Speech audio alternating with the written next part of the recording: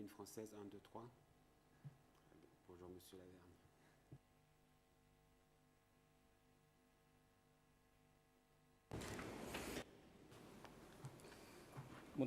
The President, Court Officer, can you invite Dr. Chum Sothira into the courtroom?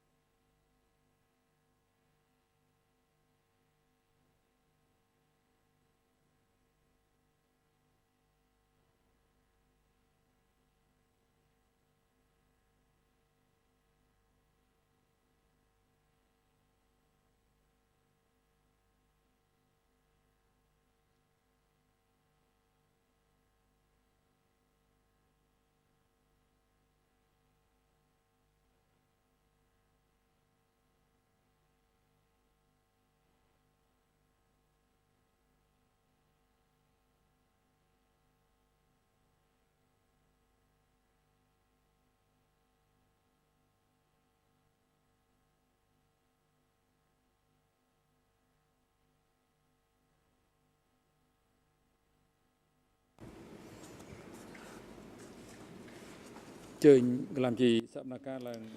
President, the graphier, can you report the attendance of the parties to the proceedings this morning? Your previous report was interrupted due to the shortage of electricity.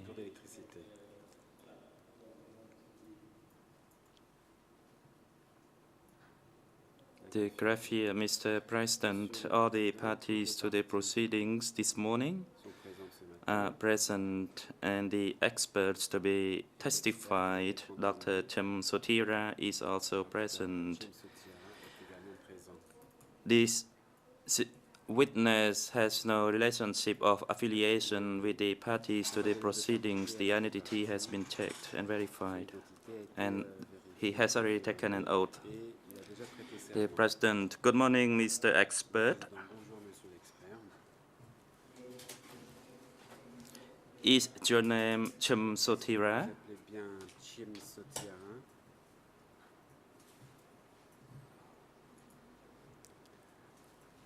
Expert, yes, my name is Chum Sothira. Question, how old are you? Response, I am 41 years old.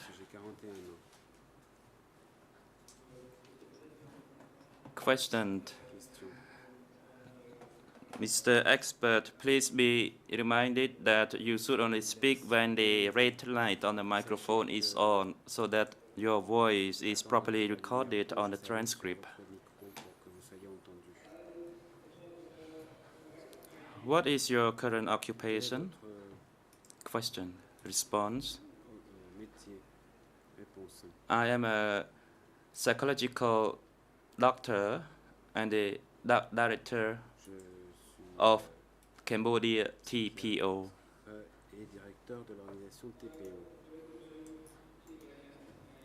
Question, where is your current residence? Response, I live at number 97 E1 Charles de Gaulle Street, Orusei, 7 Mekara, Phnom Penh.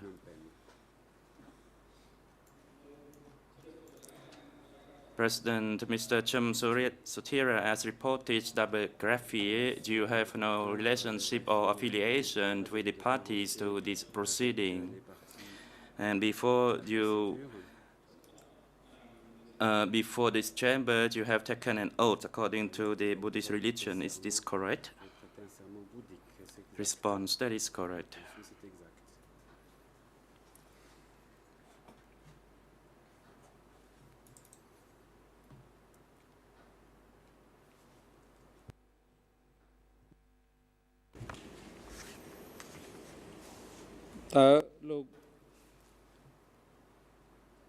Question.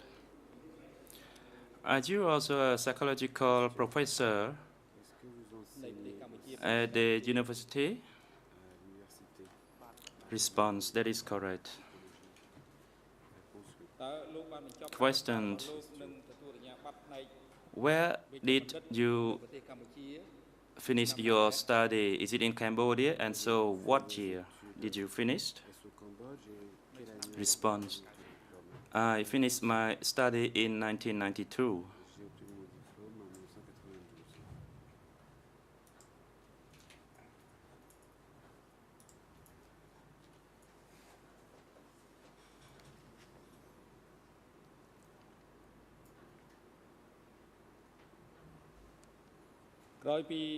Question. After you finish your study in Cambodia, you continue to further your education, your postgraduate education in New South Wales University in Australia. Is this correct? À l'université australienne, est-ce exact? Response. That is correct.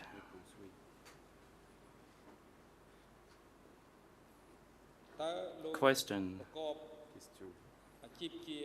How long have you been practicing your psychological profession? Depuis quand pratiquez-vous? Response. For about 15 years so far. À peu près 15 ans. Question. What are the reasons that motivate you to study this Les raisons qui vous area of expertise? à vous spécialiser dans ce domaine? Response.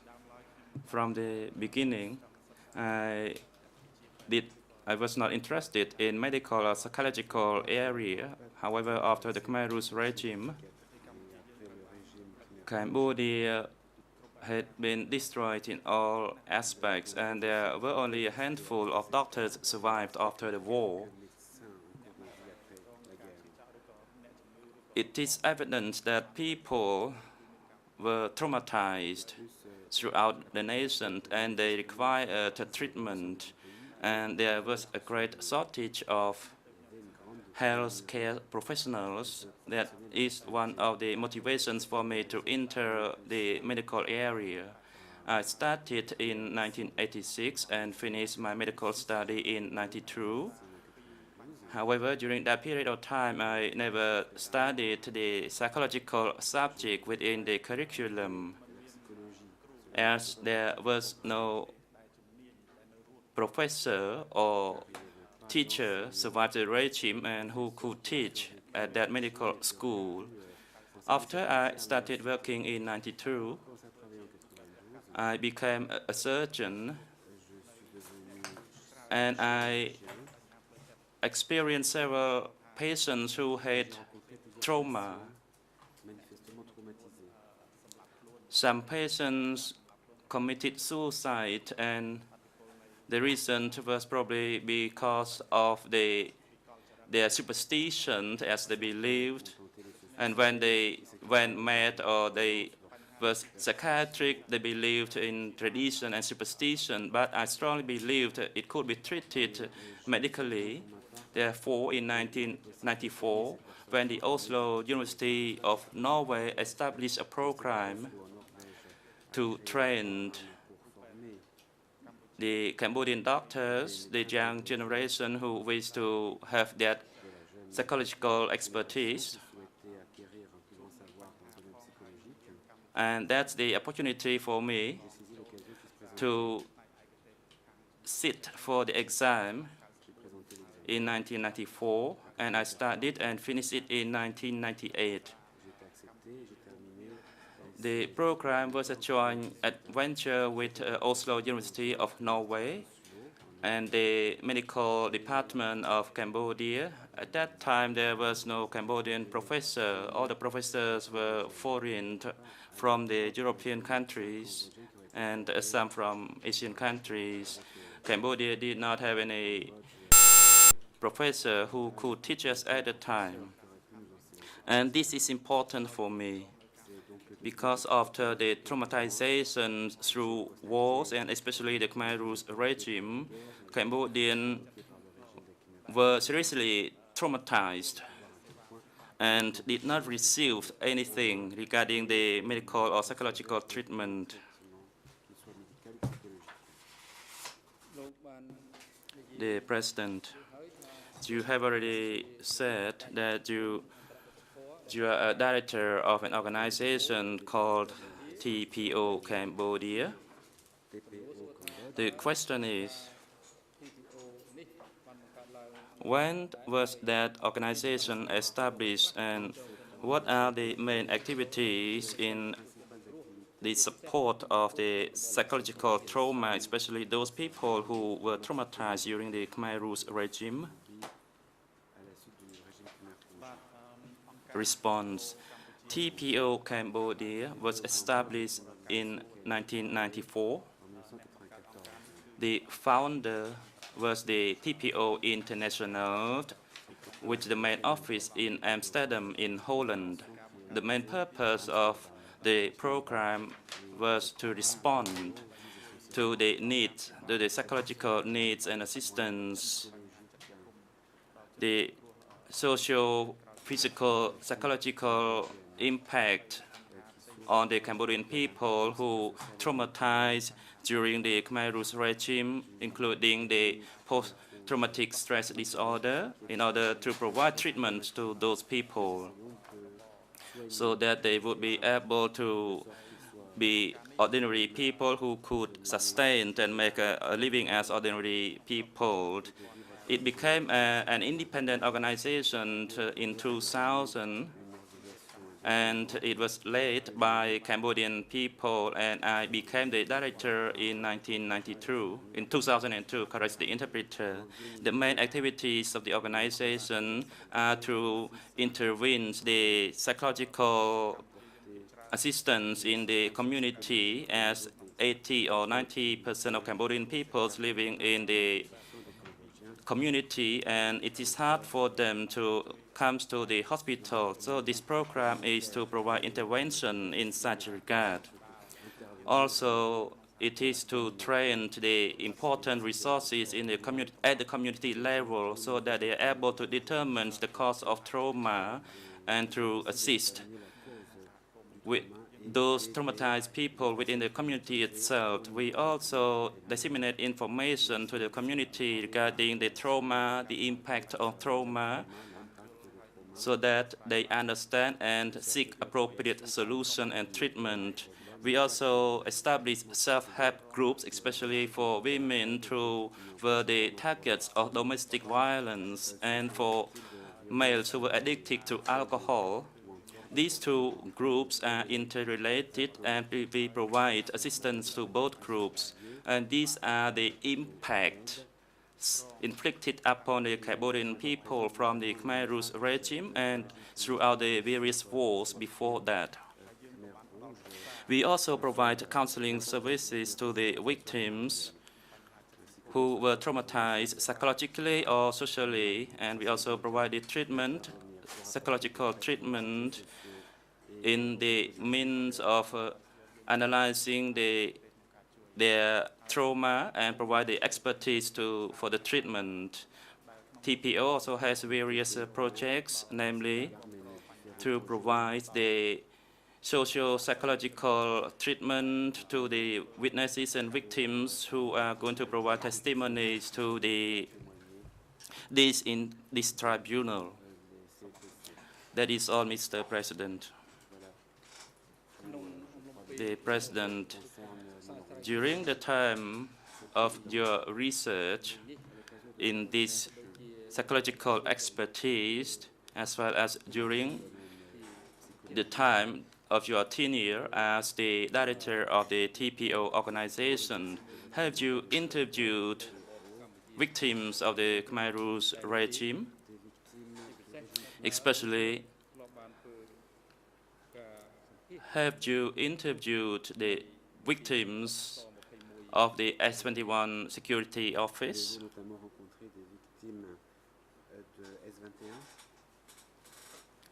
Response, yes, I have.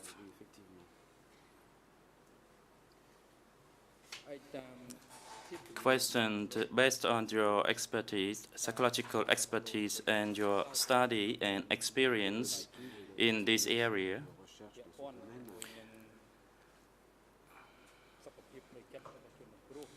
especially the psychology of the victims and the various aspects challenged by the victims as a result of the Democratic Cambodia regime. Have you anything or statements to show to the chamber regarding the psychology of those victims?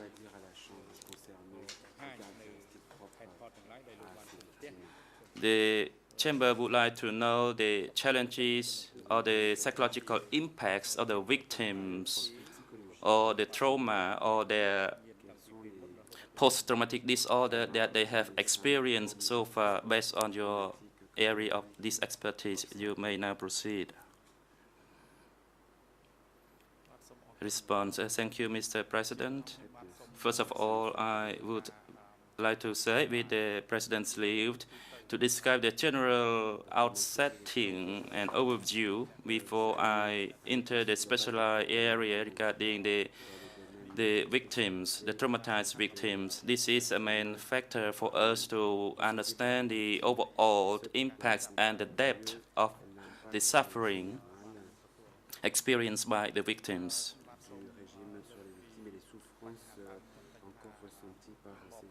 The Khmer Rouge regime was a regime which destroys the entire infrastructure of the country, the social fabric of Cambodia, in every aspect.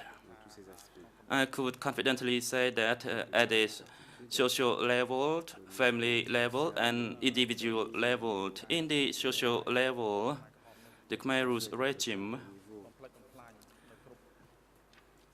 destroyed every aspect of the state institutions, namely schooling, markets, hospitals, universities, and everything else was almost destroyed. The intellectuals, the well-educated, and those living in the urban areas were smashed. As a result, the Cambodian people could not live in harmony, as they were forced to evacuate forced labor and executed, and there was no sufficient service to provide to them, including shelter, medical treatment, or sufficient food. The people were divided into various groups. For instance, the new people, the best people created an environment of fear or mistrust. And also the cultural distraction, the religious distraction, and the ceremony distraction, and the elimination of belief, of greed of the Cambodian people had tremendous impacts, tremendous psychological impact. People based their belief as a means to solve problems and to seek meaningful explanation of what happened for all those regimes, including the Khmer Rouge regime. So the loss of their belief made them suffer psychologically, and when they had or encountered problems, they could not find any solution to solve those problems, as the Khmer Rouge did not allow them to practice their religion or to pay their homage to the religion. At the family level, the Khmer Rouge forced people not to live together in a family. Children were segregated from their parents. And we know for sure that children at young age need warm, caring parents. And they need this care. However, the care has been deprived from the children. And people were tortured, food, ration were also deprived of, and this really caused the traumatic event. And if when the children grew up without any coping with these effects, then they will experience the the problems, and children were made to spy on their parents. Some children even dare kill their own parents. This phenomenon has left the kind of bitterness, the trace of bitterness for those children for many years to come. The Khmer Rouge has destroyed the individual health or well-being by way of forcing them to work very hard. They were not given proper shelters. People lived in constant fear. And this situation made people experience the traumatic event and the what we call the post-traumatic stress disorder.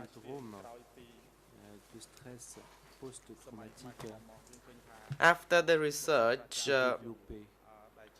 the Professor Leong, the international director of the TPO, conducted his research, and based on the research, among the 5 people of Cambodian, 2 of them have developed the trauma, and this is a high proportion of the Cambodian population found in the research. And 14% of the Cambodian population with the age of over 18 has experienced this post-traumatic stress disorder.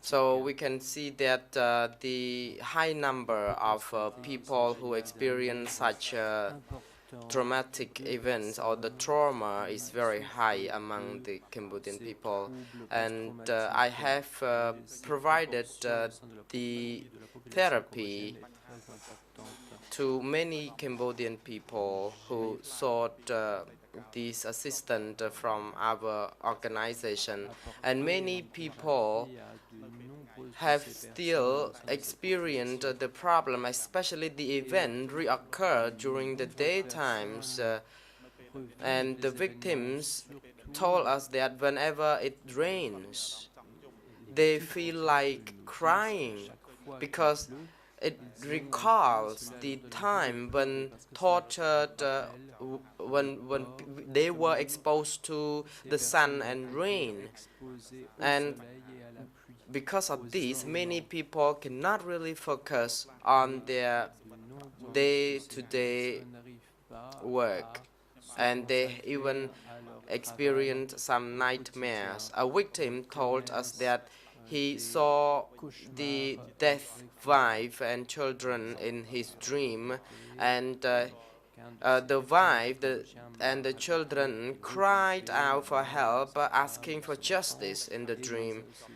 And many victims shared with us that every time in their dream they saw the Khmer Rouge who were chasing them, chasing to kill them. So the nightmares are often seen in the dream, and people also experience some kind of problem with breathing. Some victims who have suffered some kind of depression, they are despaired, they don't want to live on, and they find it difficult to struggle to hold on to life, and they lose the effort to parent the children. And children have to work double harder to really support, to help the sick parents who were severely traumatized. And because of this kind of traumatic event they experienced, many end up being addicted to alcohol, for example, like drink, and some victims develop some physical conditions, for example, hypertension and chronic disease, because they have experienced such trauma. Vécu, connu ces graves traumas.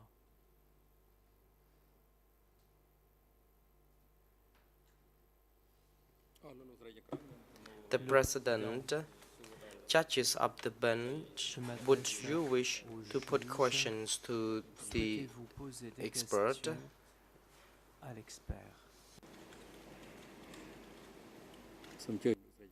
Judge Civil Cartwright, you take the floor.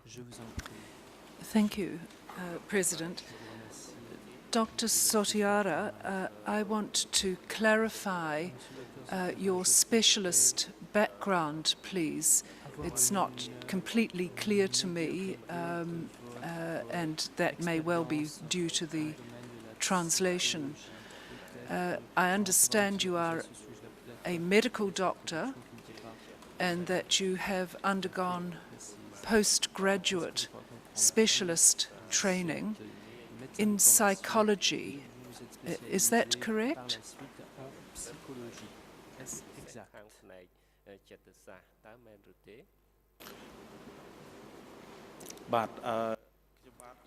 Response. Of course, I undergone the medical doctor courses at the Medical University in Phnom Penh, and I graduated with the medical doctor degree.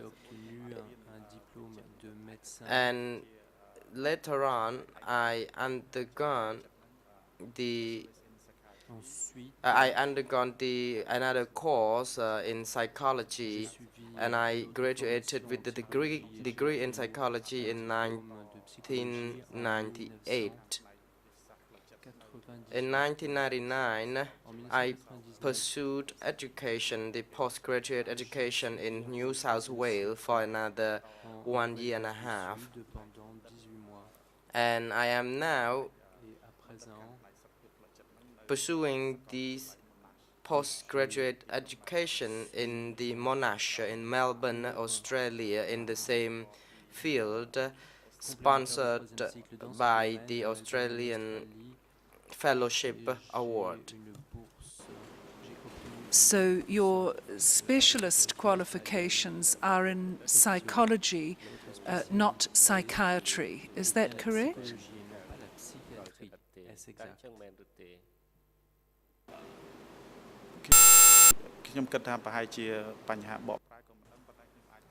I think, response, it is probably the translation problem, but of course my specialization is psychiatry. Thank you.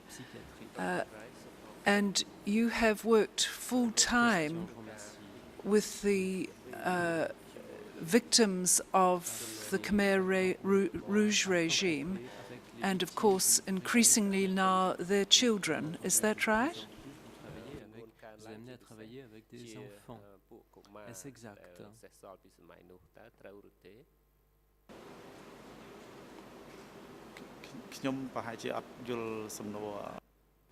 Response. I may not catch your question. Could you please repeat it? Yes, I do apologize. I just wanted to clarify that you have worked full-time over recent years with the survivors of the Khmer Rouge regime and latterly their children as well. Is that correct?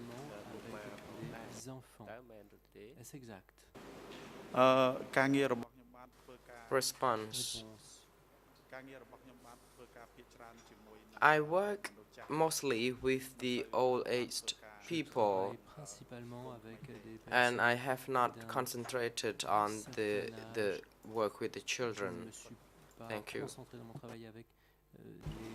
And can I infer from your testimony that one of the major issues leading to the severe traumatization of the people who lived through the Khmer Rouge regime is the lack of adequate medical, psychological, and psychiatric services for them during that period and after it was finished.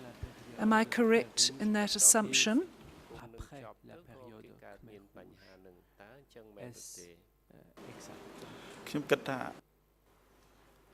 Response. I think it is part that the severe traumatization of the victims were contributed to the lack of adequate medical services available, because after the Khmer Rouge there has not been adequate services for coping or helping those people to cope with these problems. And I can say that, and I said earlier, that since the Khmer Rouge destroyed the complete infrastructure at all levels, top down, I mean from the collective level to the individual level. So this destruction has damaged the core foundation of religion, and this severely affects the people remedy and means to such therapy.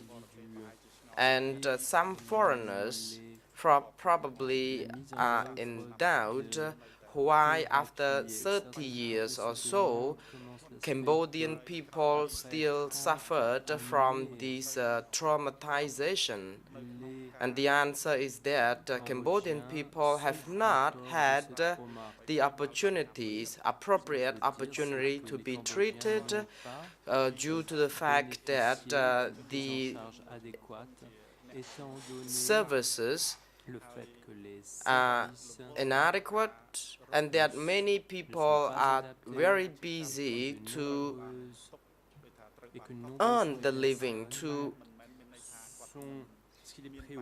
feed their family. So these people have been busy with their daily life, and this does not mean they are not traumatized, but because they do not really have the opportunity to get themselves healed. And one day this kind of traumatization will reoccur.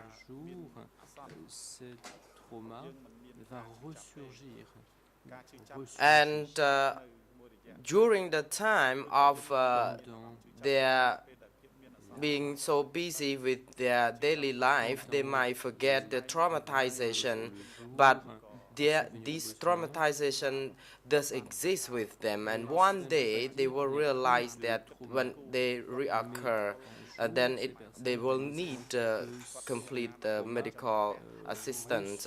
During the Khmer Rouge regimes, people worked so hard, and then later on, because they have to start it from scratches, they focus too much on their daily life by forgetting the traumatization. However, since the establishment of the Khmer Rouge Tribunal, people now can recall the past events, and then they can really manage some time away from their being so busy with their daily life to concentrate on their mental problems.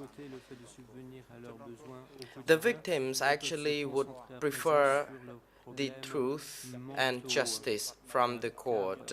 And the court can give them this kind of justice and truth to help them cope with their trauma. But so far they have not achieved these goals yet.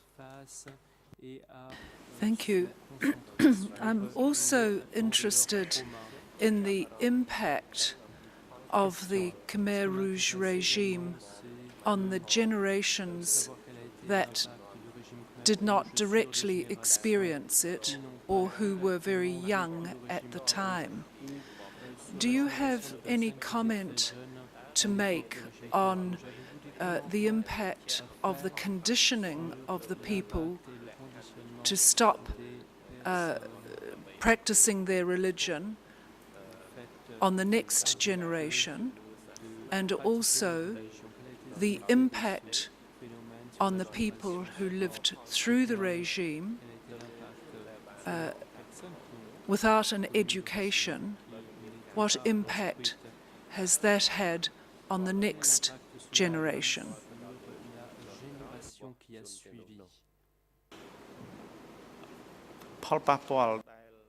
Response. The impact on the people who did not live through the Khmer Rouge regime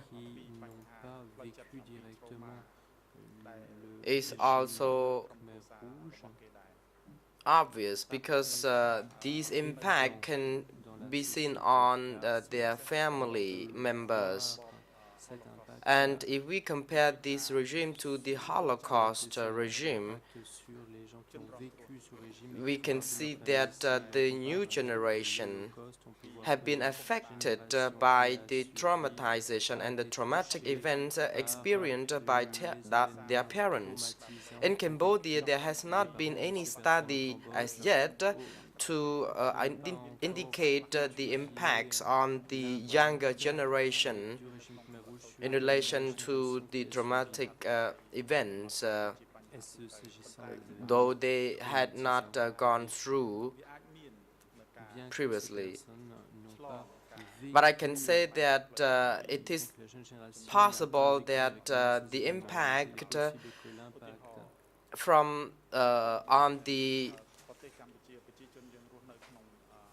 older generation could be transmitted to the younger ones, because Cambodian family is in the form of extended one, and people share the same roof, so it is unavoidable that these impact will be affected on the rest of the family member, because the eldest sibling in the family would be the breadwinner, and those who need to really take place the position of their parents' roles will be severely or mostly affected. And for the family in which the father or the parents are addicted to alcohol, then the rest of the family member will experience some psychological problems as passed down from the habits of the parents. In most societies where there has been a serious conflict, there is also a rise in violence, particularly family-related violence. And you touched on that during the course of your observations.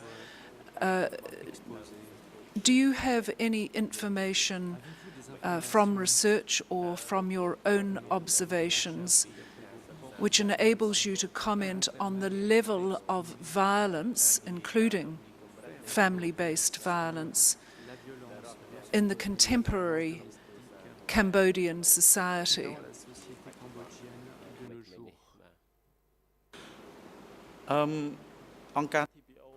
Response. TPO, when it is intervening in the community. TPO intervient au sein de la communauté. We conducted the social context assessment, Une évaluation and the reason for such assessment is to learn the problems within the community and the reasons that caused these problems, and we would like to also understand the resources and the involvement in the community. And we have found that family-based violence and drinking habits have been found to be parts of the problems in the community, according to our research. And there has been another research conducted by the violence-based or domestic violence organization to find out the domestic violence which is on a rise.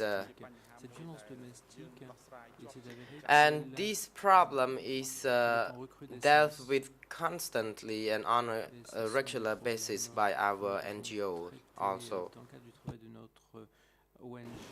You mentioned in your opening comments that one of the policies in the Khmer Rouge regime was to separate families so that often children no longer lived with their parents and were asked to do things such as spy on their parents that are not a normal part of family behavior.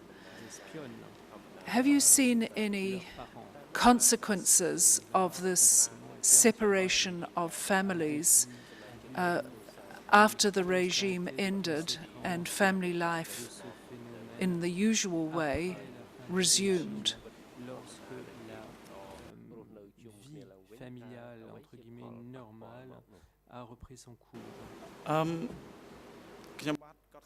Response. I have observed that children have to live with their parents. Children need good care from their parents, especially in Cambodian family norm. And our tradition is that there is a morale in showing the respect to the senior people. But in the Khmer Rouge regime, children were separated from their family members and parents, and they were indoctrinated that they were the children of Angkar, and they were no longer the children of their own parents. So children lost their identity. So there was an identity crisis because the children themselves did not know whether they belonged to the Angkar or belonged to their parents. And we at that time were forced to believe that the children were the sole property of the Angkar. So children had to do whatever Angkar asked them to do. And Angkar indoctrinated children to execute any kind of orders, including the order to execute their parents. And children were educated by way of cruel, by aggressive methods, for example. And now those children become the parents of their children. So we can see that the way they treated their children is the same as the way they were treated back then in the regime of the Khmer Rouge. So this is the severe traumatized effect on this younger generation. Thank you, Mr. President. I have no further questions of this expert.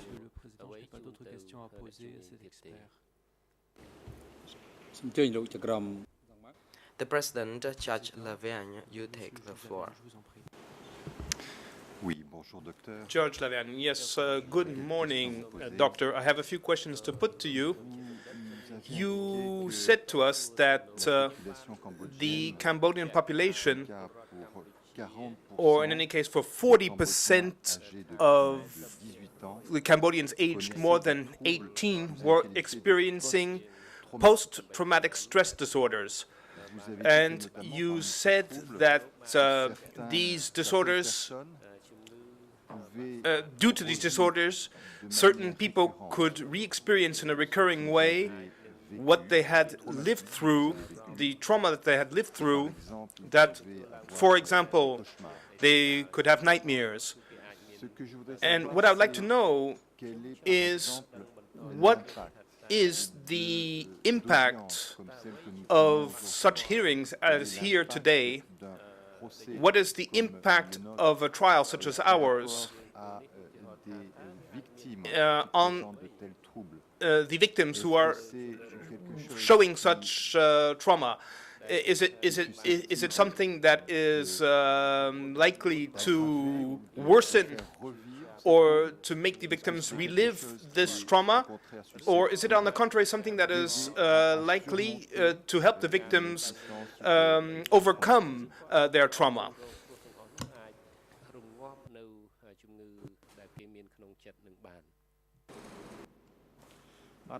Respond. Your Honor, I would like to emphasize that there are both two cases.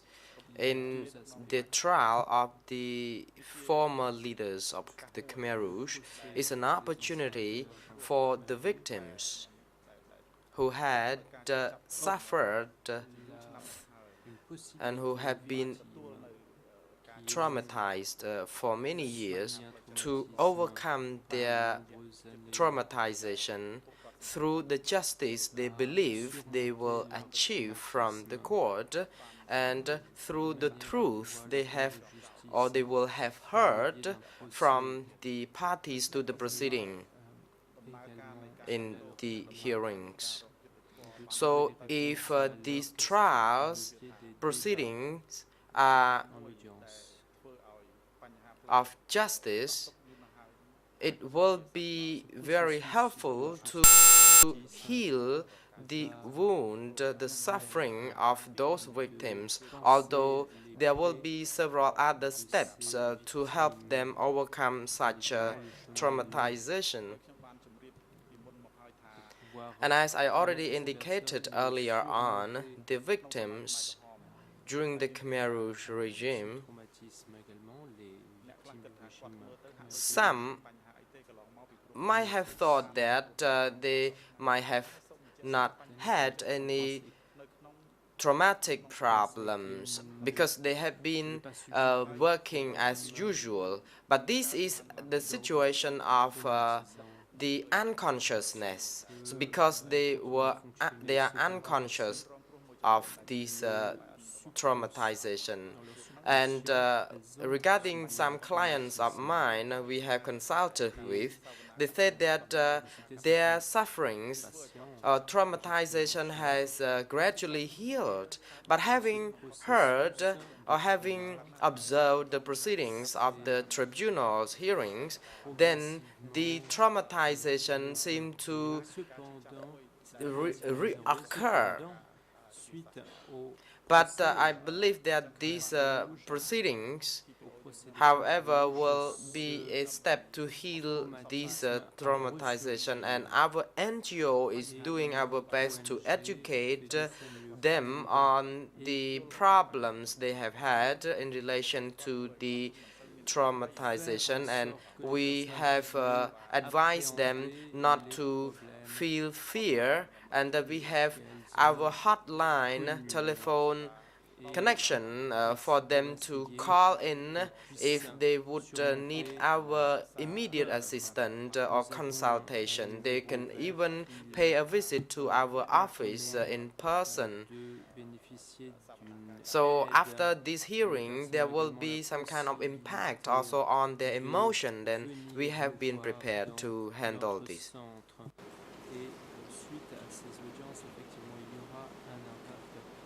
nous sommes prêts à prendre en charge et à soutenir les personnes.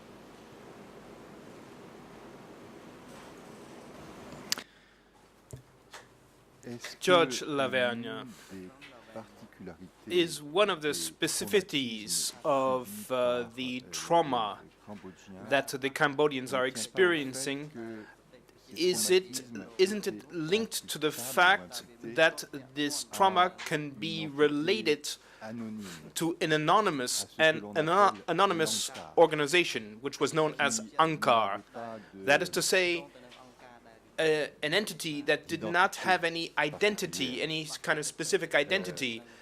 The fact that we may discuss the facts, but also the identity or the personality of this accused, doesn't this create an image?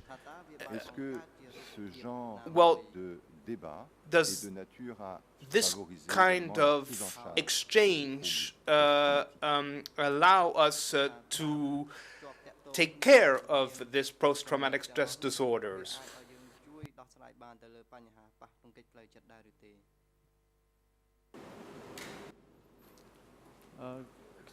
Response.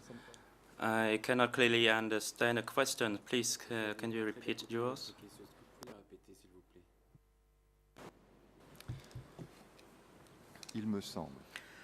It appears to me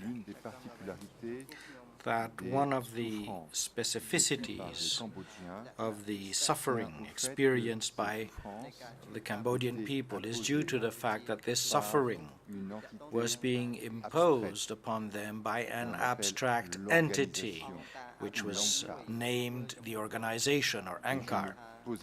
And the question that came to me, and I would be interested in knowing if you have an answer, is to determine whether the fact that we have a debate where we are discussing not only facts that are alleged to have been committed by the accused, but also his personality, if such a debate, if acquiring such knowledge which makes it possible to put a face, to give a human dimension to these events, if that is of a nature such that it will enhance the possibility of treating post-traumatic disorders. If, for instance, it is possible in this way to remove fear, because fear is due to, partially due to ignorance, for instance.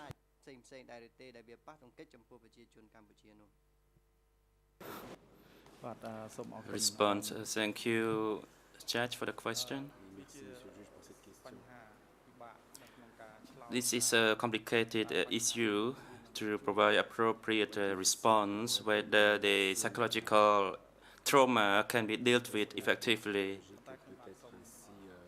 However, I would like to say that we know during the Khmer Rouge regimes, they used the word Angka, or Upper Angka, who issued orders. Upper Angka forced people to do this or that, and we did not know who Upper Angka was or who the leaders were. So it created an abstract system.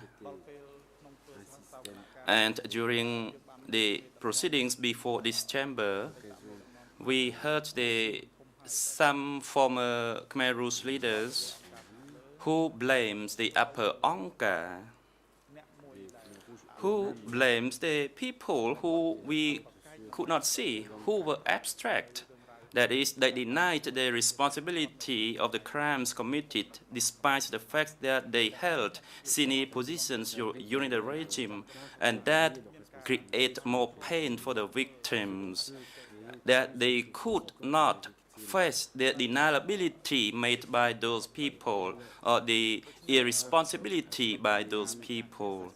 So the process of healing by this proceeding is entirely based on the willingness of either the accused or other people in order to reveal the truth, to show and to reveal those people behind the intangibility for the genocidal crimes committed during the Khmer Rouge regime. If this cannot be done, the psychological wound inflicted upon the people could not be healed, as witnessed by some of the civil parties who do not accept the apology because they do not think it is appropriate, because it is not true. So the healing cannot be completed in that fashion, although the testimonies, of course, can relieve themselves to a certain extent. Thank you.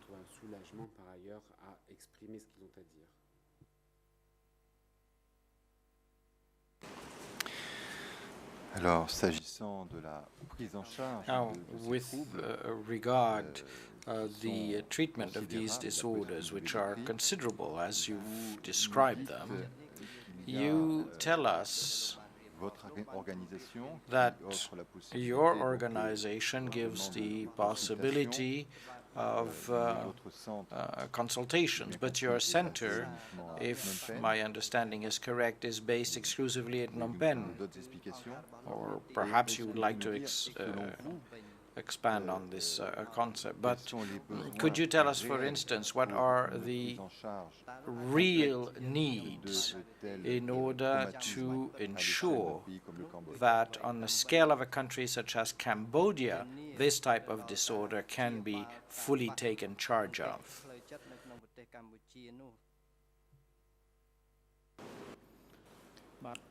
Response.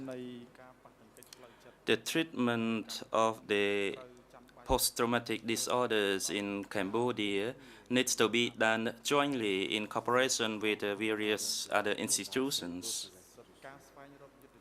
The seeking for justice by the Ministry of Justice or other tribunals such as this one, in addition to the various educations concerning the genocidal regimes, need to be done temporarily with the treatment of the trauma. The provision by our TPO organization is one of the portions to help those victimized people from the Khmer Rouge regime. So there are, of course, needs to be involved by various institutions, including the chamber, and other strategies that can be implemented to create a dialogue, apology, or acceptance of what happened. And these are in combination with the psychological assistance, the people can be healed psychologically.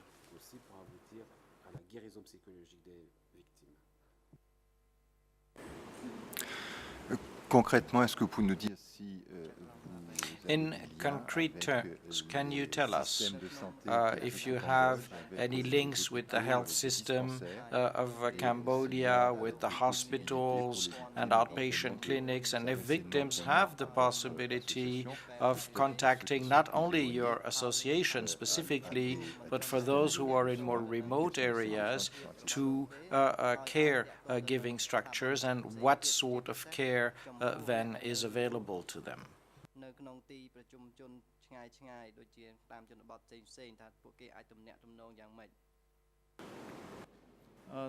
Response. The psychological treatment service by the TPO is based in Phnom Penh and in certain other provinces, Bat Nambong, Banteay Meanchey, Posat, and Kampong Thom. Besides the psychological service by TPO, there is also a psychological counseling service by the government within the Cambodian Soviet Hospital and also at the Prakosoma Hospital in Phnom Penh. In certain provinces, there are psychological services organized by the government in the referral hospitals.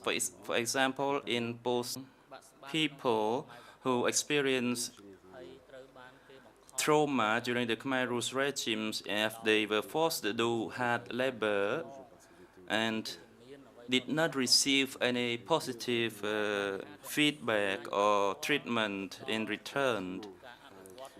Does that have tremendous impact on the development, family-wise or social-wise?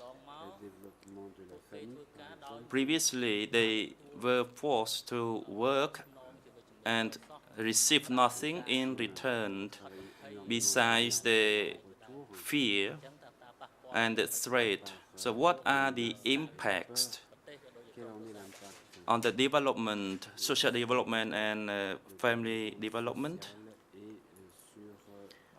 Response. Thank you for the question, Mr. Co-Prosecutor. Let me go back a little bit. Some victims were the children or family members during that regime. But at the moment, after the family members or parents were killed by the Khmer Rouge, for instance, the parents were the breadwinners of the families, or if we refer to the opportunities they lost by the death of the father or mother, they still hang on to the feeling that if the father or mother or relative members were still alive, they would not be in this hardship. And that type of feeling is still growing inside them, and it has impact on their daily thought, has impact on their daily living, in addition to their study.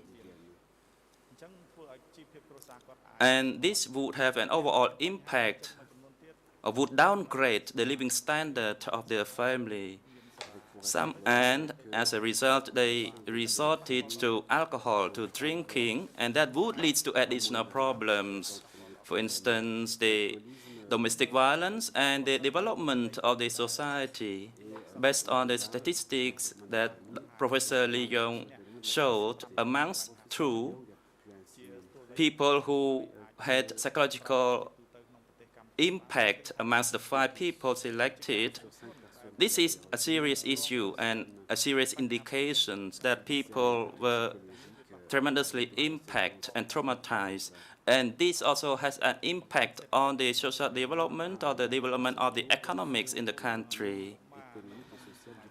Additionally, the people who were the children during the Khmer Rouge regime, and now they are parents, and they have to educate their children, and they could only do that based on the way they experienced by their parents during the regime.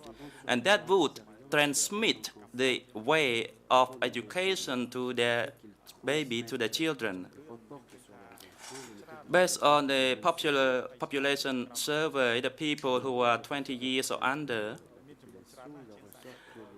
outweigh the number of people who are older than 20 years. So in 20 years' time, they would reach the age of 40, and they would be the core force, the catalyst of the economic development. And if they still have the psychological impact, how could that develop a country in a speedy way? And that would have an overall impact upon the country.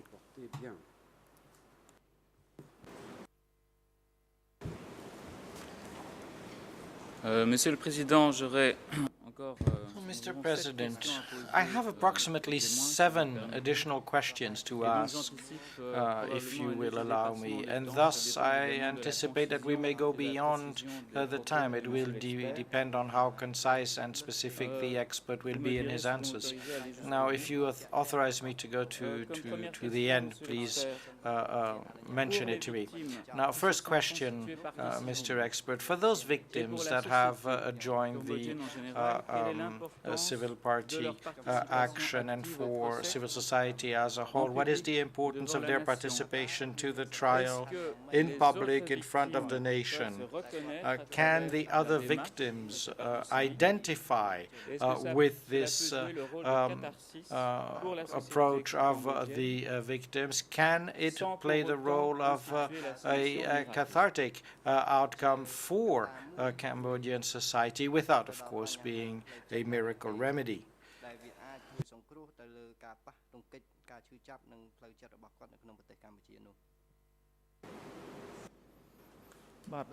Response. As I have said from the beginning, this trial is an opportunity for the victims to receive information and the truth searching for the crimes committed upon their relatives or upon them or other people. Therefore, it is an opportunity that they know and that they would learn and that would help to relieve their traumatic feeling. And for those who have the opportunity to participate as a civil party and to provide a statement or testimony, it is a forum for them to express the feeling, the emotions that have been hidden for many years, to express them to the public, to let them know that in the Cambodian society, to let them know that the discussion or the chit-chatting during the Khmer Rouge regime did not occur either at a family level or at a social level. The study of the social or of the genocidal regime was not included in the curriculum, in the state curriculum. And people avoid talking about this issue. There seems to be a conspiracy of avoidance or a conspiracy of silence that they seem together not wish to express their feelings, to ignore the issues, but that avoidance does not help them. And therefore, the participation, the making of statements or the testimony in a certain way would help them.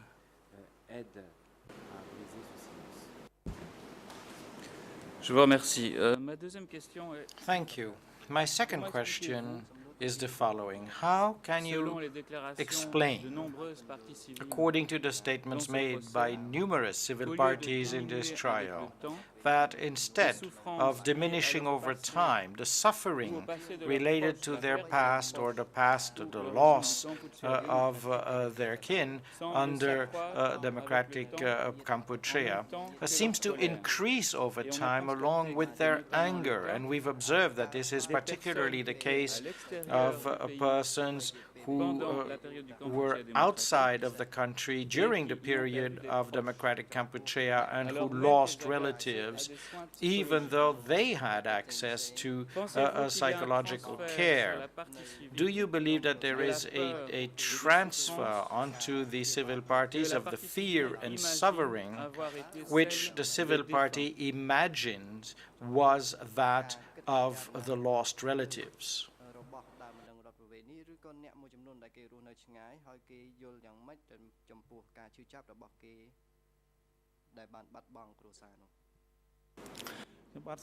Response. Let me make it clear that the cultural issue, the religious beliefs, the customs and traditions which were eliminated by the Khmer Rouge are one of the main cause. If they practice, would be help them to heal their psychological trauma. I have already said that Cambodian people, when they suffer such trauma, they try to find a way to explain, to seek meaning of what happened. And the meaning given to what happened by them could be essential to help them or to heal the wounds psychologically. Or alternatively, the cycle of the trauma could be transmitted to the next generation. For the victims who reside overseas, it's difficult because they live far away from the practice, the customs, the tradition, and the culture, or the events occurred in Cambodia. So they seem to lose something, even if they live in a Western country in a better living condition, or in a society which are secure and safe. but they lost their religious beliefs, traditions, foods, the ways of acting, the communication, the language, and all these combined together would prolong the wound and the suffering they have within themselves. For example, a client of mine whom I met in Sydney when I went on my study tour, he was living in a better living condition, but he still has the chronic suffering, and that could not be treated by the doctor over there because of no clear symptom of what happened. And in fact, it was hard for him to pay homage to the religion, but upon his return to Cambodia, he held ceremonies to pray to the lost souls of his parents, and psychologically he was relieved. And upon his return to his country, he was in a better condition. And this is evident of what happened for those who resided abroad.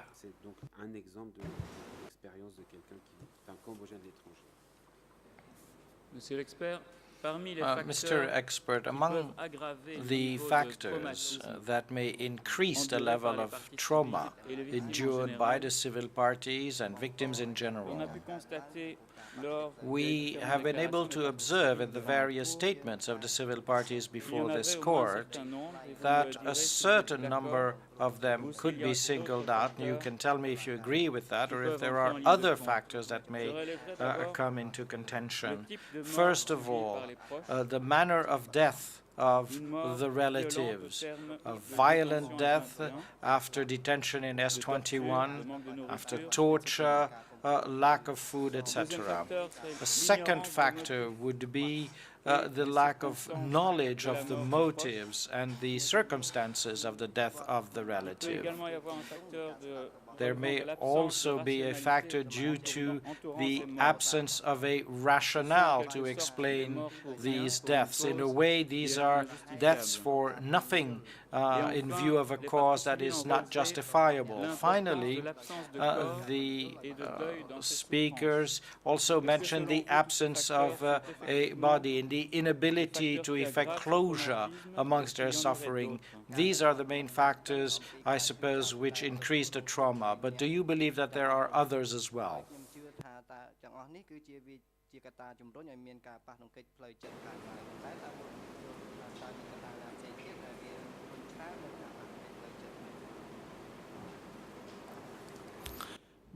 Response. The factors, all the facts that they did not know the truth of what happened, one of the factors which prolongs their psychological suffering. The lack of service provision to the victim is another matter which also prolongs their trauma and suffering. At present in Cambodia, there are only 32 psychological experts. When I started my study, there were 10 of us in '94. And if you compare the limited number to the 14 million people who were traumatized or who lived through the regime, this service is minimal. In Cambodia, the psychological service is only provided to certain major provinces and not to the remote areas. And this service is also minimal. It's only provided by TPO and only a few organizations in a limited scope based on their budgetary limitation. Another factor which is also prolonging the trauma experienced by those people is that majority of the victims are living in a poor condition. Their living standard is poor, and they are busy dealing with their daily life, the difficulties, in addition to the suffering that they have been hidden inside them for so long. And the poor living condition is a factor for them to postpone seeking for the treatment or better service. Therefore, the trauma is still ongoing. In another case,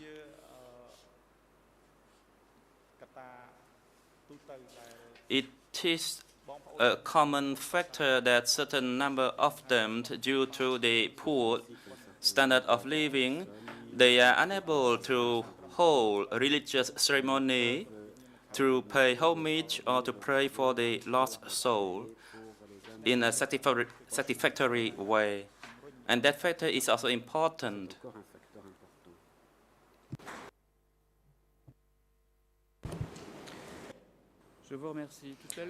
Thank you.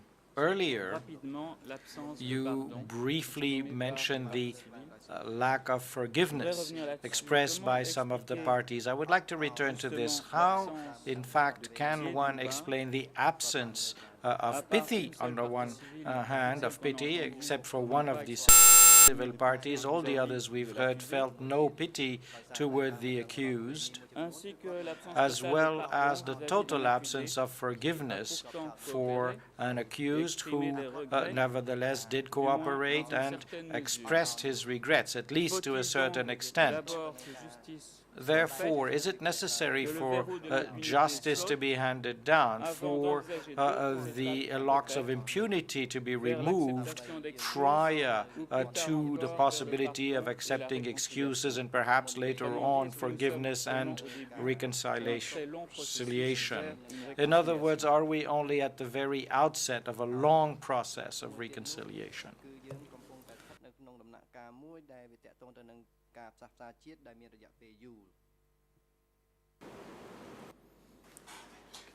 Response. It is my opinion that we need to understand what are the needs of the victims. Before that, let me verify certain issues. First, we need to know what are the causes of this prolonged traumatic stress disorder. There are several factors.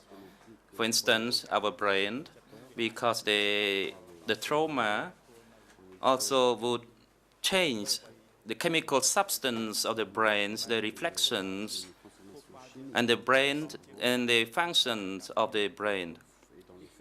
Secondly,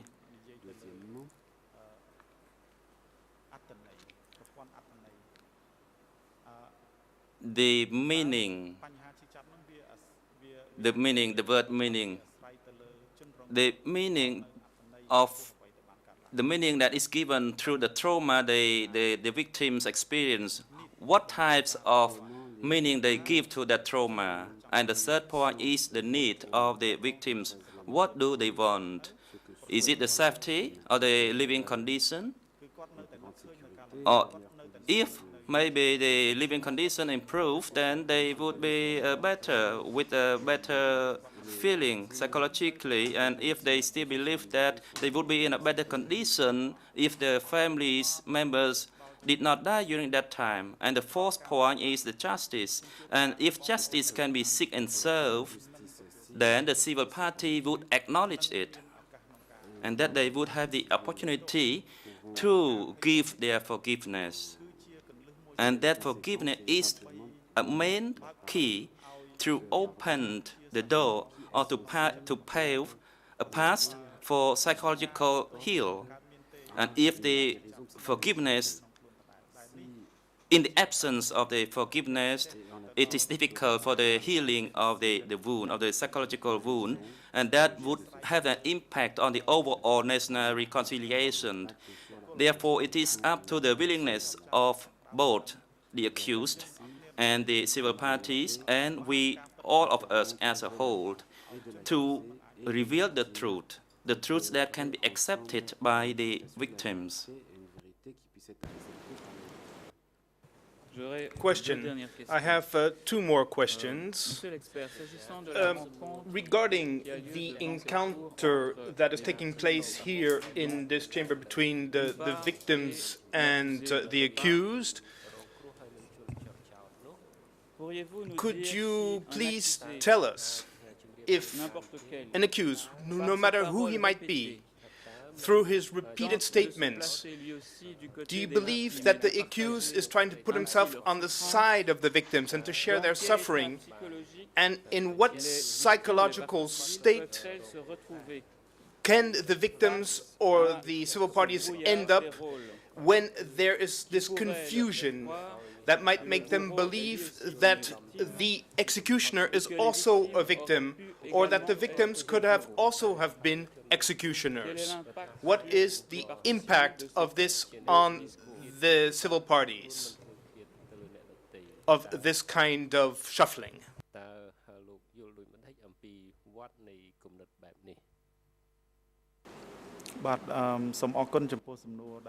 Response. It is a very important question. TPO has made available the services in 2003, 4, and 5 to assist both the victims and the accused. The services are seen in the consultation for the guards of the former S21 compound. And if you look back to the historical event, the time when the Khmer Rouge made those guards become the soldiers when they were 12 or 13 years old. They were abducted from their parents and were put to the battlefields to fight the enemies, or to be put to stand on guard at the S21 facility, and later on some of them were arrested and detained at the place where they had worked.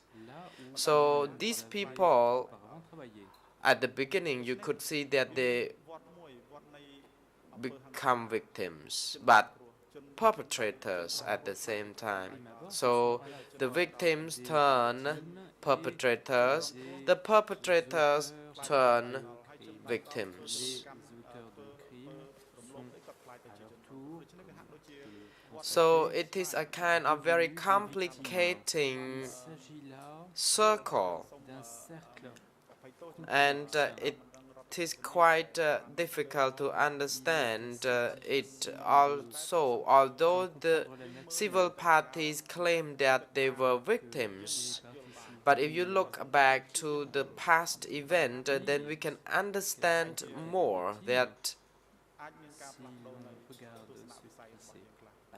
only if the past is well studied, then we can change our view in relation to the victims and perpetrators' relation.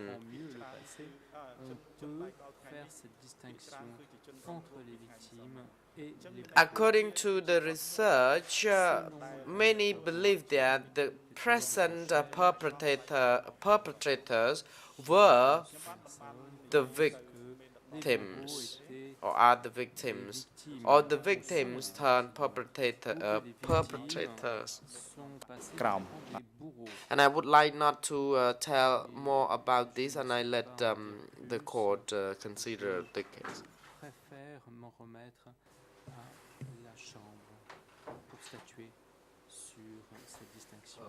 Mr. Desmael, I thank you very much. I have a last question, which is a question from someone who is a foreigner and who is not a Buddhist. A civil party spoke to us about the contradiction between his personal suffering and the notion of karma. And he also underlined a certain contradiction between the justice of human beings and the justice of Buddha. And could you shed some light on this from a psychological standpoint? Is because of the dominant, can karma play a role because of the dominant religion in this country? Can karma play a role in the fact that a certain number of victims do not dare to participate in such a proceeding because it is part of human justice, and prefer just to rely on divine justice, and therefore not to fight as hard as they could if they would rely, if they were part of another culture. ទៅលើវប្បធម៌មួយផ្សេងតើវាអាចនឹងផ្ដល់ផលដូចម្តេចដែរ Response. I believe that the majority of Cambodian people who are Buddhists, they are strong Buddhist followers. They believe in karma, they believe in toleration, and they believe that revenge would not be a good option to cope with a problem. And we should also balance the notion of karma and the notion of justice of human being. To find justice and to make sure that justice is well done, it is important that the evidence is well presented and well accepted. I believe that Cambodian people who are Buddhists are ready to forgive what happened, because according to the religion, they have been educated to be able to forgive, forget, to understand karma, and to be able to reunite and to live together in harmony after the problems. And when another religion is compared to explain what happened, I think it depends on the individual view or notion as opposed to the theories of other religions to solve any particular problem. So it is an individual choice to choose another religion in order to interpret their suffering and to heal their grief.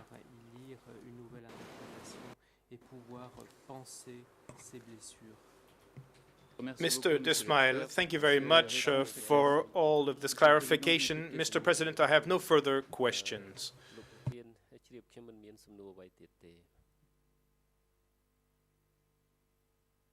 The President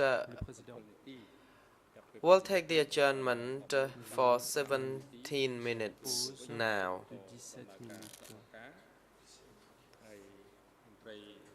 The court official is instructed to assist the expert during the adjournment, and please call him back to the courtroom when we resume. The greffier, all rise. La reprise dans le prétoire. La greffière, mesdames et messieurs, veuillez vous lever.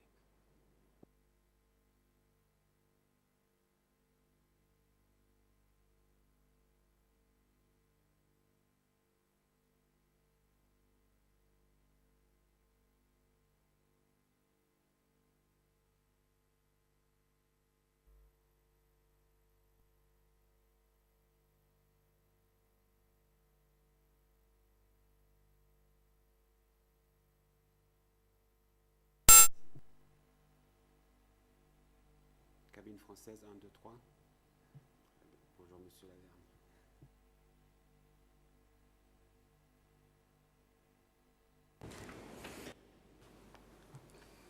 Laverne. Dear President,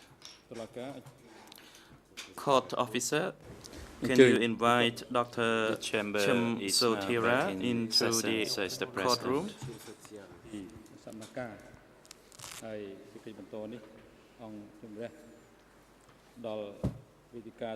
The chamber would like now to give the opportunity to the Civil Party Council, the 4 groups of the Civil Party Council, to put questions to this expert witness.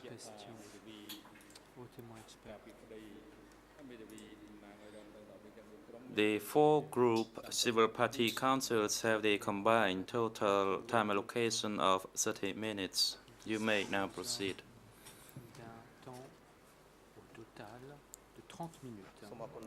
Hong Kum Soon. Thank you, Mr. President. Good morning, Your Honors. Good morning, ladies and gentlemen. I am Hong Kum Soon, a civil party lawyer.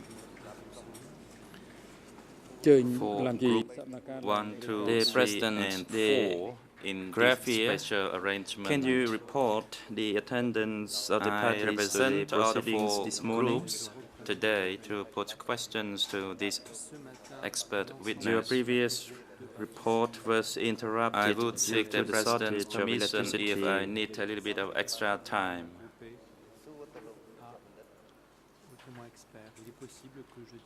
De greffier, Mr. President, all the parties to the proceedings this morning, based on your description and the experts to be testified, Dr. Chum Sotira is also present.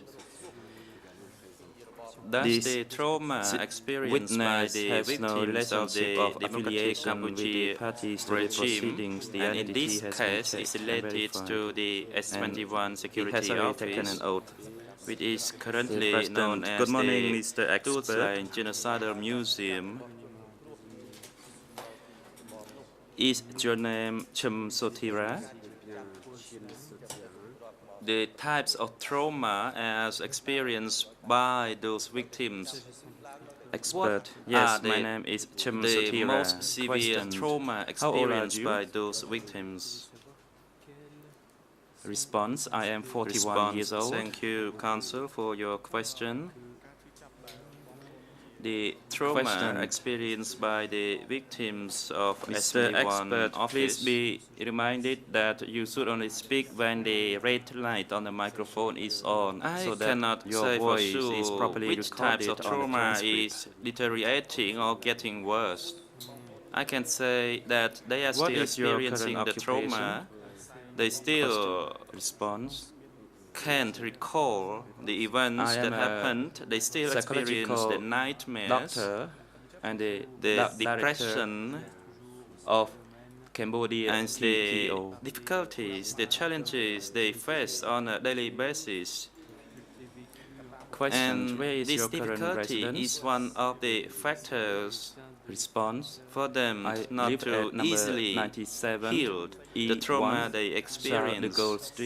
Other factors including the trauma they experience, the difficulty in their daily living conditions, do you have no relationship or affiliation with the parties to this proceeding, and that they have difficulty in raising their family. And before this chamber, you have taken an oath according to the Buddhist religion. Experienced by those people. Response, that is correct. Thank you, says the council. Regarding S21, the Duch Genocidal Museum, as it is known now, most of the victims are the relatives of those executed at S21. Question. Are you also a psychological professor? What are the main reasons at the university for the victims wanting to know the exact location of the death of their relatives? What are the connection between the place of the death and their in Cambodia psychological experience? Did you finish? Response. Thank you for the question. I finished my study in 1992. I would like to say that first, let me talk about the family and the social environment in Cambodia. The social and family situation in Cambodia is that we lived in family separately. After you finish your study in Cambodia, you continue to of the relationship is tense, your education, and the closeness between each family member in New South Wales University who might be the victims or the victims who are survivors now. That is correct.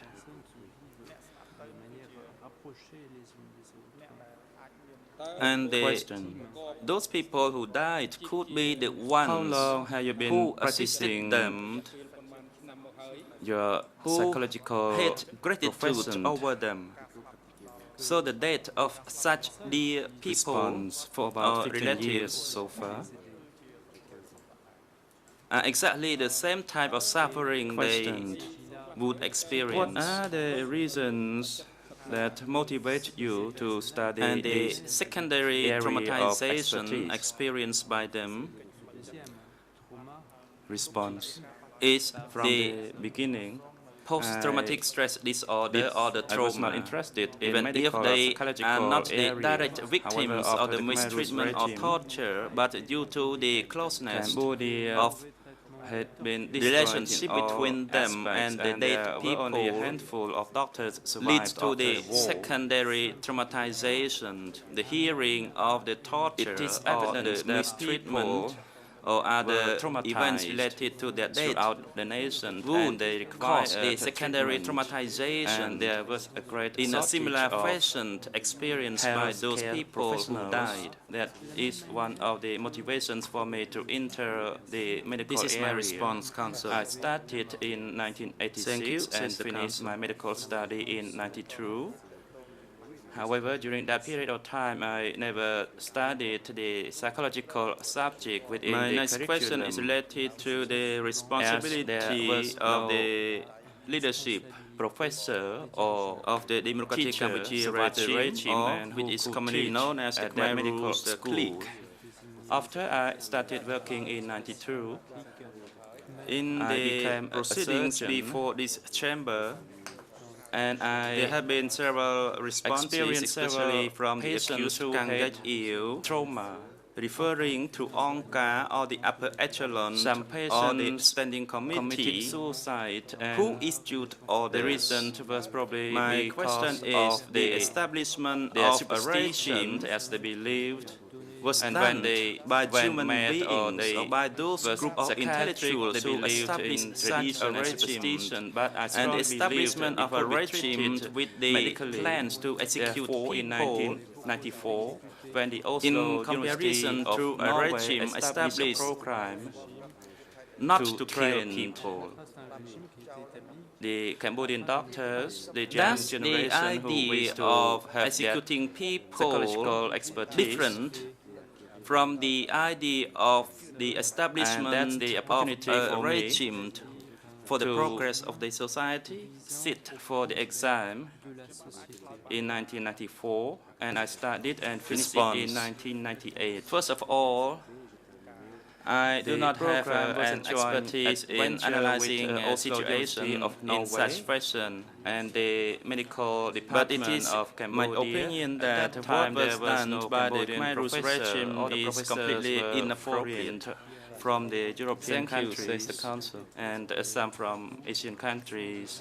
Cambodia did not have any professor The who could killing teach of us at the people time. during the Khmer Rouge regime, And this is important for me. left behind the, Because of the suffering experienced by the traumatization survivors through at wars present, and especially the Khmer Rouge as we have all regime, heard. Cambodian My were question seriously is, traumatized the and responses did of not those receive people anything who were regarding the the leaders medical or or most psychological responsible treatment. for the Khmer Rouge atrocity, who do not accept their President, responsibility and you who have do already who say said do not, that they do not know you are a who director of an created such a organization called possibility, and TPO that was Cambodia. not really helpful for the victims at The all. question is,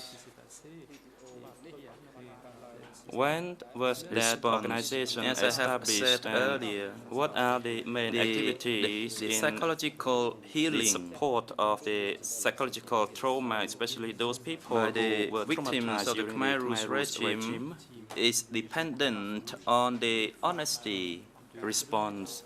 TPO that the Cambodia accused was or the established former in leaders of the Democratic 1994. Cambodia show or The express or founder acknowledge. was the TPO We all know International, who are with the main responsible for the office killing in of the Cambodian Amsterdam in people. Holland. So The main purpose of the habit program of was to irresponsibility respond or the absence of to the responsibility need, to the is an extra psychological needs burden and placed assistance. upon the victims.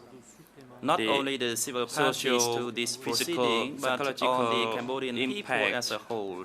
They are not happy and they feel furious during the Khmer Rouge regime, including the post-traumatic stress disorder, in order to provide treatment to those people, so that they would be able to the be Cambodian ordinary population, people who could either the sustain and make victimized a living as survivors of the ordinary Khmer Rouge people. regime or the It younger became generation an independent of those organization people in who 2000, are born after the Khmer Rouge and regime. it was led by Cambodian people. They all have and I similar became types the of director trauma. in 1992. Thus, in the 2002, participation the in this main chamber activities or of the the organization monitoring of the proceedings are would to relieve them of intervene their the suffering. psychological assistance in the Response. community, as 80 or 90% of The Cambodian people living participation in in the the proceedings could community, and result it is hard for them in to come to two the hospital. ways. So this The program hearing is or to the provide intervention participation in such regard.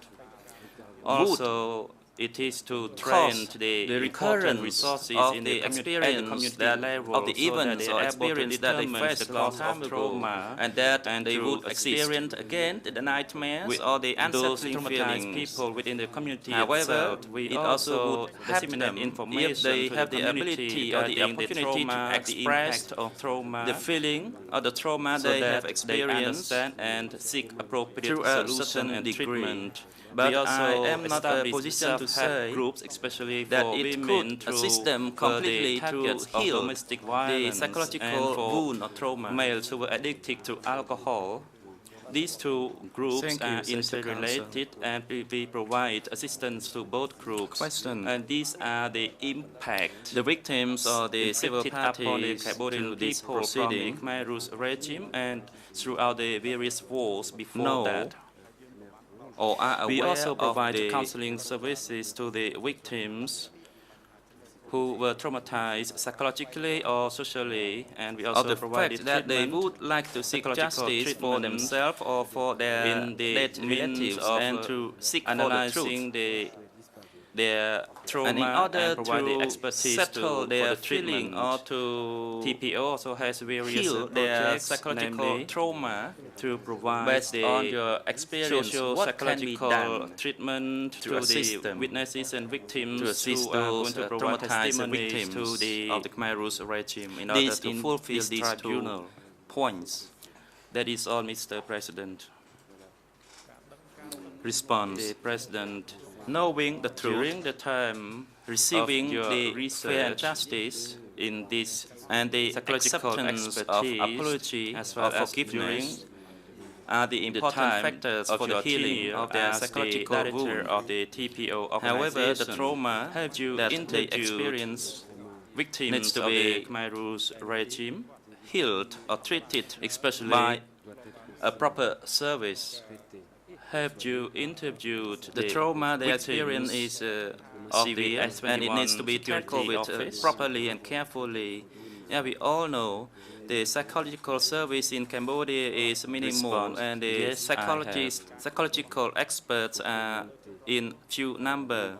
So the service given to them is based also on your inadequate. expertise, psychological In expertise, addition, I and your believe study and experience The in this Khmer area. Rouge regime destroyed every infrastructure, and they lost completely Especially almost everything, the including the psychology or the of opportunity the victims to and do the various anything else. aspects They challenged still by believe the that victims as a result if there of the were no democratic Khmer Rouge Cambodia regime, they would be in a completely different position, in a better Have position, you anything in a higher or statements education to or better show living to the condition. chamber They regarding the have lost their psychology identity, the psychology they of have those lost their victims? trust and belief.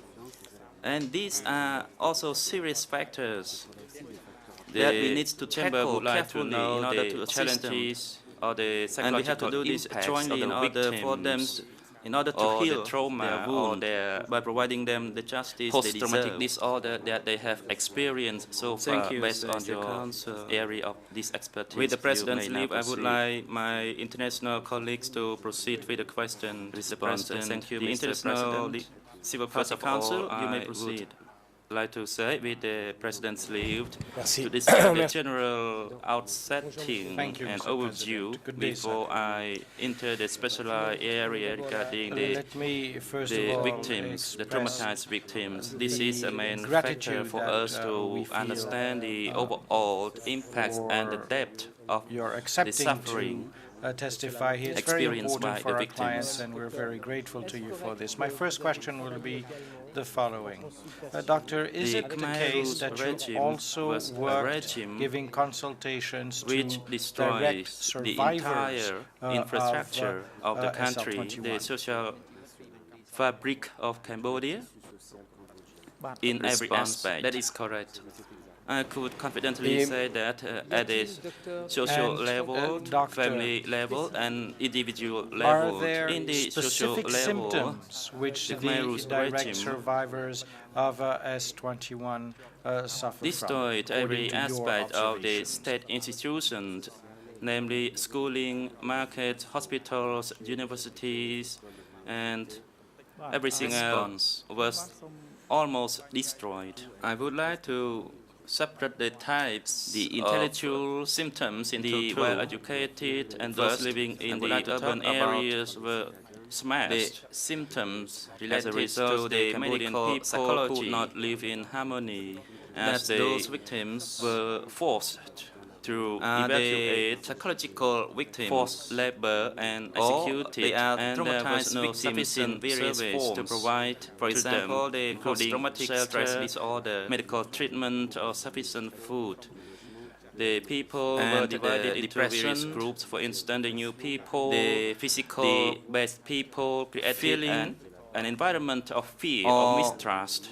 The other diseases, including hypertension and chronic disease, the cultural distraction, the religious distraction, and the ceremony distraction, and the, however, elimination of that belief. They are the types of diseases they experience of the Cambodian people, but there are also other impacts regarding the trauma, tremendous psychological impact.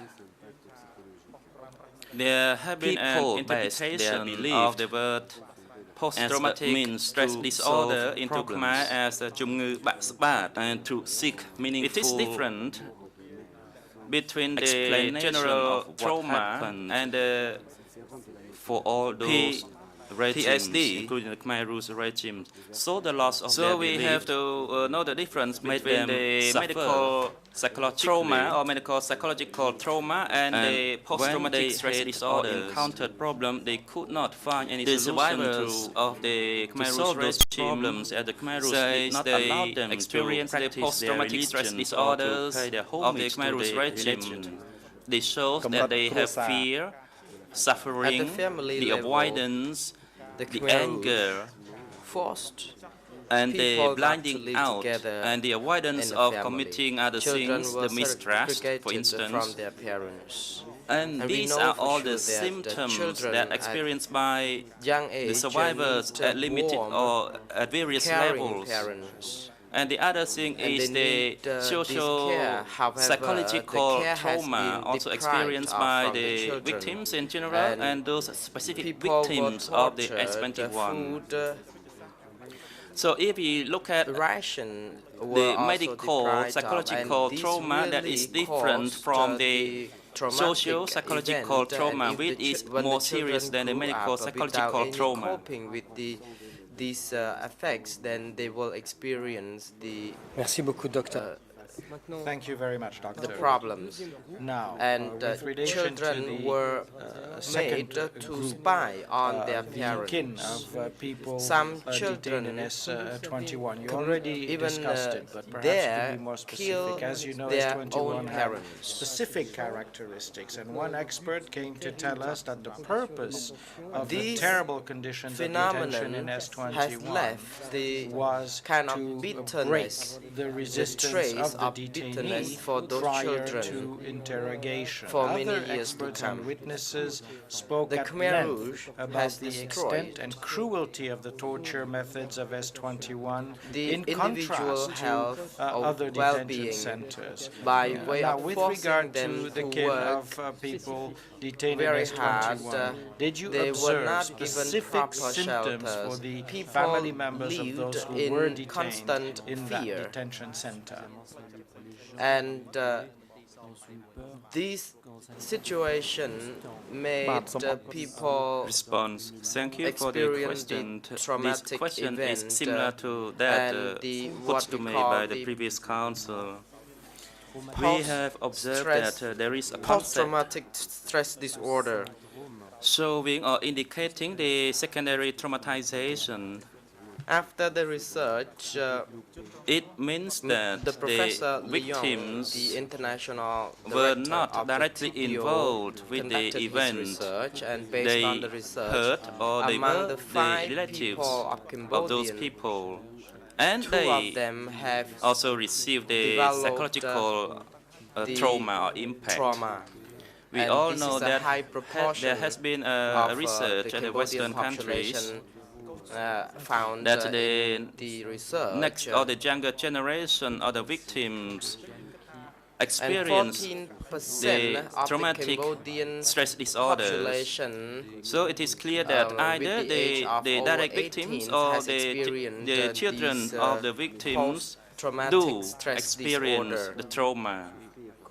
I would like to stress that the parents who experience So we trauma, can see that, namely the the high torture during the number Khmer of Rouge people regime, who experience such traumatic events or the trauma is very high. trauma among the could Cambodian be people. shown And to I their have, children, and provided the children the would observe and therapy witness the suffering to many Cambodian inflicted people upon their who parents, sought, and they would this try to assistance work from harder in order our to assist their organization. parents, And many people to assist them psychologically as well. have still experienced Another the problem, point, especially the the event thinking and the reoccurred during the behavior of the daytimes, parents or the and victims the victims told us that whenever does it have rains, an influence on they the way feel of like thinking of the crying children because or the it relatives. recalls the time when tortured, And this seems to be they were transferring exposed to the of sun trauma and from the rain. victims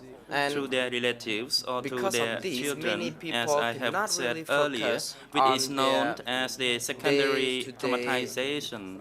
work. And this has And been, they the even research has been conducted experienced and some proved that nightmares. it A exists. victim told us that he saw the deaf wife and children in Thank you, his Doctor. dream, and Doctor, the wife our clients and the children constantly cried speak out to for us and help, have expressed asking for before the justice court in the dream. their feeling of And guilt, many feeling that victims is shared generated with us by that the fact every that, time as in they their say, dream were they saw unable the to people, the protect Khmer Rouge who were those chasing close to them, them, or they weren't chasing able to to do kill more them. For them So when they were the tortured in nightmare S-21. During your consultations, often did you observe this feeling of guilt expressed thing by in the the relatives or dream, those close and to persons who people were detained also in experience S-21? some kind of problem with breathing.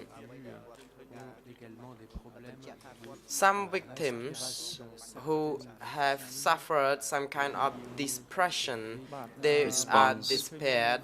They We don't have want to live observed on, various and they find it indications regarding difficult this to aspect. struggle to hold on to life.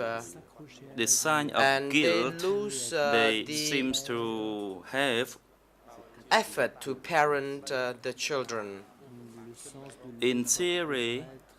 And children Victims have to of work torture double harder to really are support, in a to category help, that they could the not do sick anything to parents change who the were situation. severely And that traumatized. type of feeling could And freeze because them, of this kind of traumatic and event that they could not experience, act many end voluntarily up or being do anything addicted to alter the outcomes alcohol, of the for example, like situation. drink. And that some feeling victims develop is some shown physical conditions, in for some example, other victims. high For instance, hypertension one and victim chronic disease, because they received have tortures together with his experienced wife, such and the trauma. wife passed away, that feeling would be with him for a long time, because he felt that he was in a situation that he could not do anything, that he was helpless. And he still has that The experience president at present time. judges of the And bench, sometimes in his would dreams, you wish he to would put see his questions wife to coming to the appeal for his help. expert?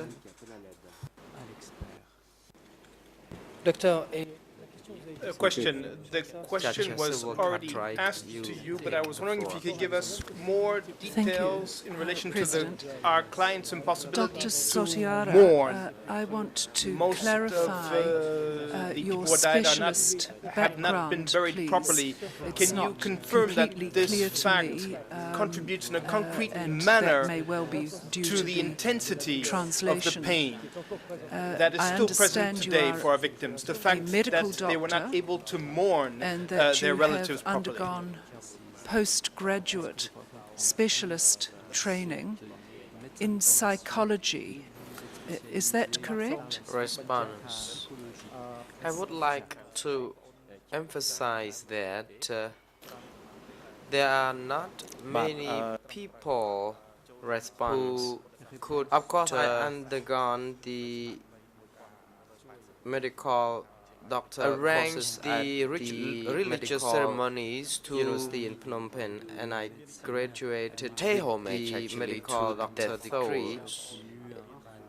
Only very few of them who later on I undergone the body of I undergone the another course in psychology during and I graduated with the degree in psychology. So in general, it is not really a common practice by many victims, because many victims who are my clients and who have been consulted by our colleagues have not been able to do that, and they have no trace of whereabouts their loved one would have been buried.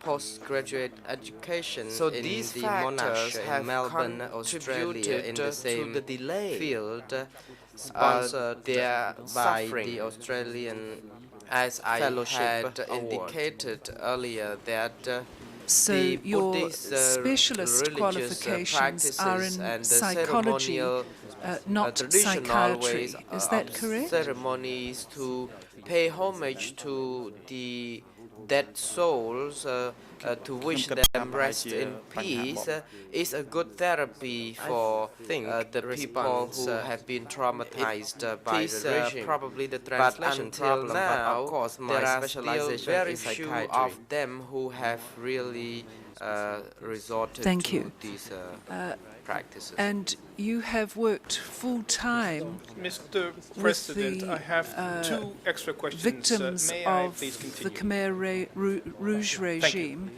and of course increasingly now Doctor, their children. Is that right? We, the civil party lawyers, we had great trouble convincing our clients to come, or at least for some of them, to come speak before this court.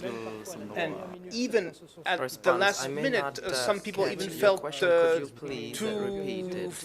vulnerable to come express themselves here. So we had to take names out of the list because our clients at the last minute did not have the courage, did not feel capable of testifying. So can you survivors of confirm the Khmer that Rouge today regime and latterly that many their people children indeed as well? still Is that feel so correct? fragile that today even they cannot testify and that they cannot confront their pain? Is that correct, according to what you have observed? I work mostly with the old-aged people, and I have not concentrated. There are several factors that I can explain that are related to this. First, and can I infer from your testimony psychological that one of the major issues leading to the severe traumatization so I really of the people appreciate those who victims lived through the Khmer Rouge regime appear is the before the lack court, but of many of them adequate are medical, still living with the psychological, suffering, and they are too and psychiatric traumatized that they services are for them discouraged to attend during in the that period proceedings. and Some after of them it was said finished. that when they Am I observed correct the in that assumption? proceedings and having seen the accused, there is a kind of moment of flashbacks because they could recall what would have happened many years ago. So I think it is the only way to stop them from refreshing the memory of pain is to avoid traumatization of the victims. That's why this is the main problem that people are living with. And we all are quite aware that during the Khmer Rouge regime, because after the Khmer Rouge, it is a very barbaric regime. The regime that the root cause of the infrastructure, religious belief, and all kind of social interaction were, and I can smashed to bits. And I said earlier that since these have affected severely, destroyed the complete infrastructure, livelihood, all the emotions of the people who now live to tell the story, they have felt that they are level not to the individual level. There has no safety for them to be able to talk in the public.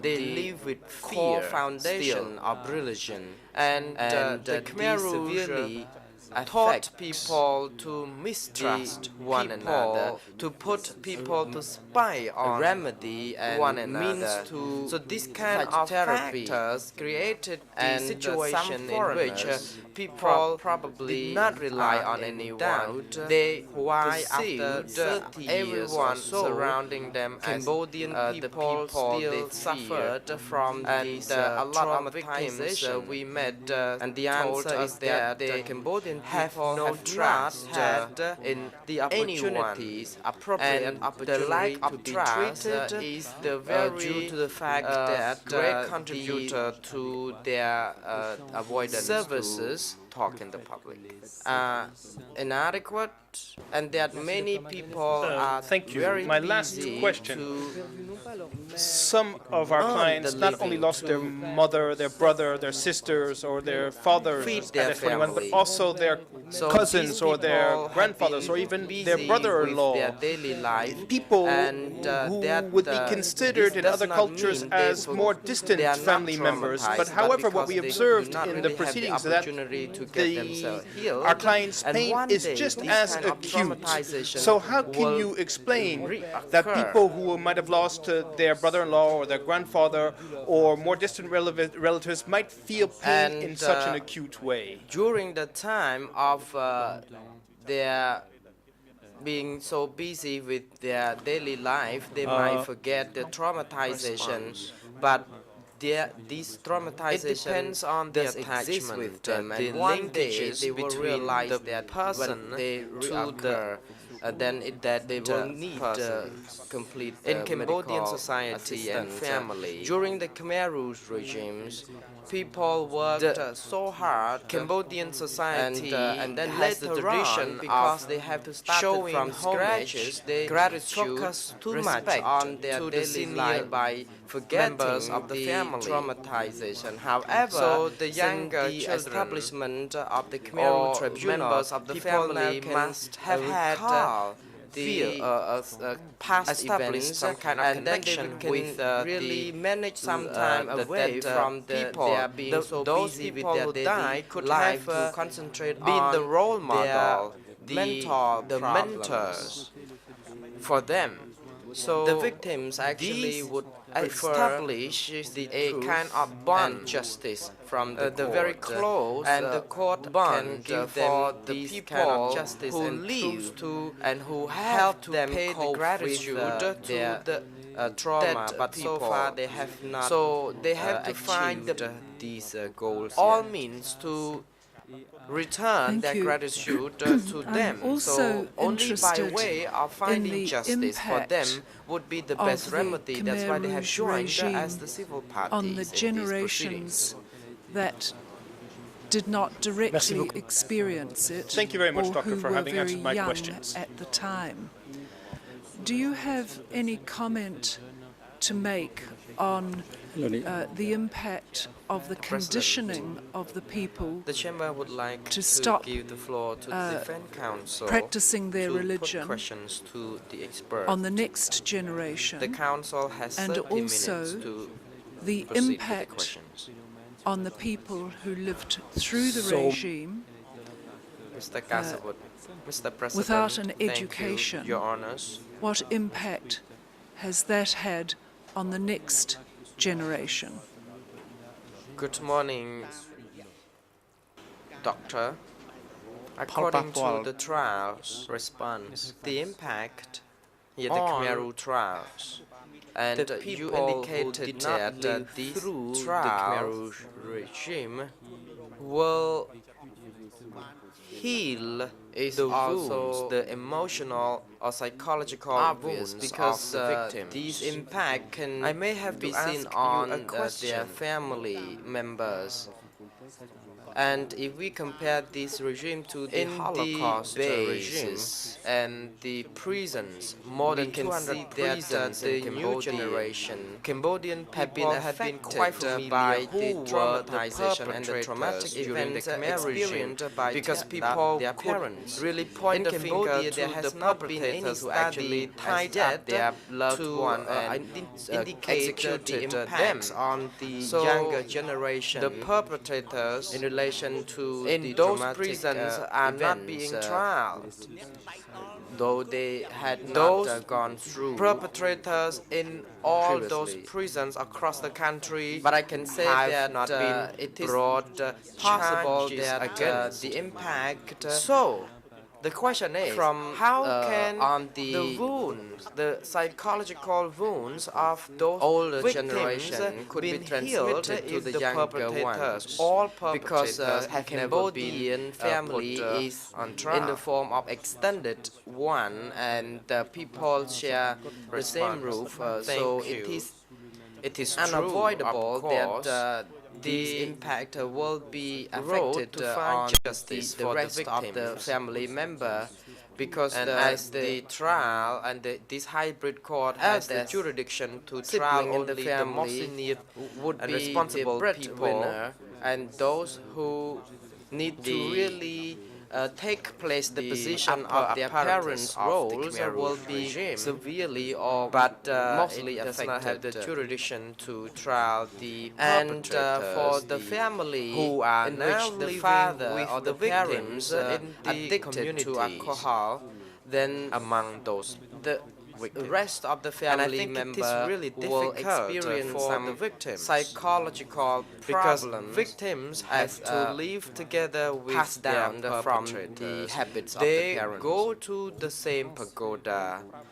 They use In the same most local resources. societies where They there have to has been share a serious conflict, there is all the also resources a in the rise in community. violence, So particularly the social interaction on a family-related daily violence. basis makes it And you very touched on difficult that for the victims, during and the this course even of your observations. prolong the suffering of those victims. Do you have any But I would information like to reiterate from that research or from your own we have to do our observations best to make which sure enables that you to comment the on the level of justice can be violence, done including on several family-based stages. violence, in the Justice at contemporary this court is seen Cambodian as a symbolic society. justice, because we are now trying these more senior Khmer Rouge leaders. But to heal the wounds, the psychological wounds of the victims in the community is to establish a mechanism for social reconciliation. The reconciliation that lead to the the reason for such assessment is to learn the problems within the community. Exactly and the reasons what mechanism would be best, but I believe that and we would like to also the NGOs, the local authority, and the government, and the involvement really the join hands in community establishing and we have found that a common forum, family-based violence forums, to use the forums as the venue for drinking, healing the pains of those victims. And I think it would be another option that we create what we call a local court according to our really help and the local there has been another research conducted by the violent-based the next question or domestic violence organization. I just would like to find out clarify domestic this violence which is on a rise is quite similar to those questions asked by the international co-prosecutor already. So for clarification, I would like by our NGO to shed also light on this. So far, the civil parties, the victims, have known that the accused one of the policies in the Khmer Rouge regime was to separate families so that often children no longer lived with their parents and were asked to do things such as spy on their parents that are not a normal part of family behavior. And civil have you parties seen and any victims have consequences known that the of this accused has separation never of families tortured any person after the in regime person. ended and the family accused life has in the many usual several way occasions resumed? prayed and expressed his remorse and begged for forgiveness from the civil parties and victims.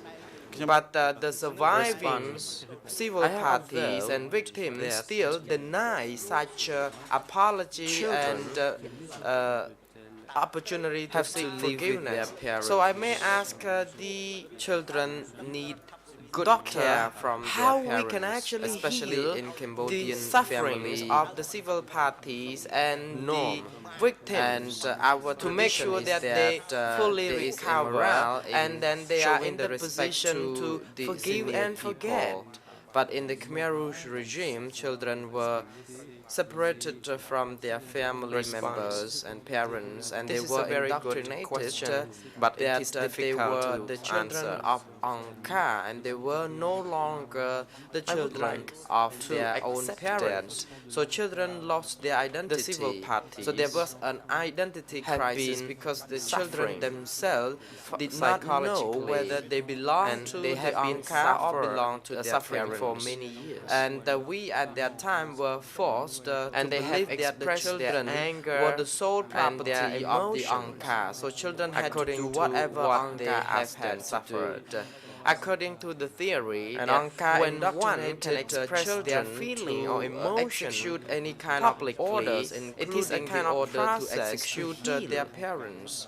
And children were educated by way of cruel.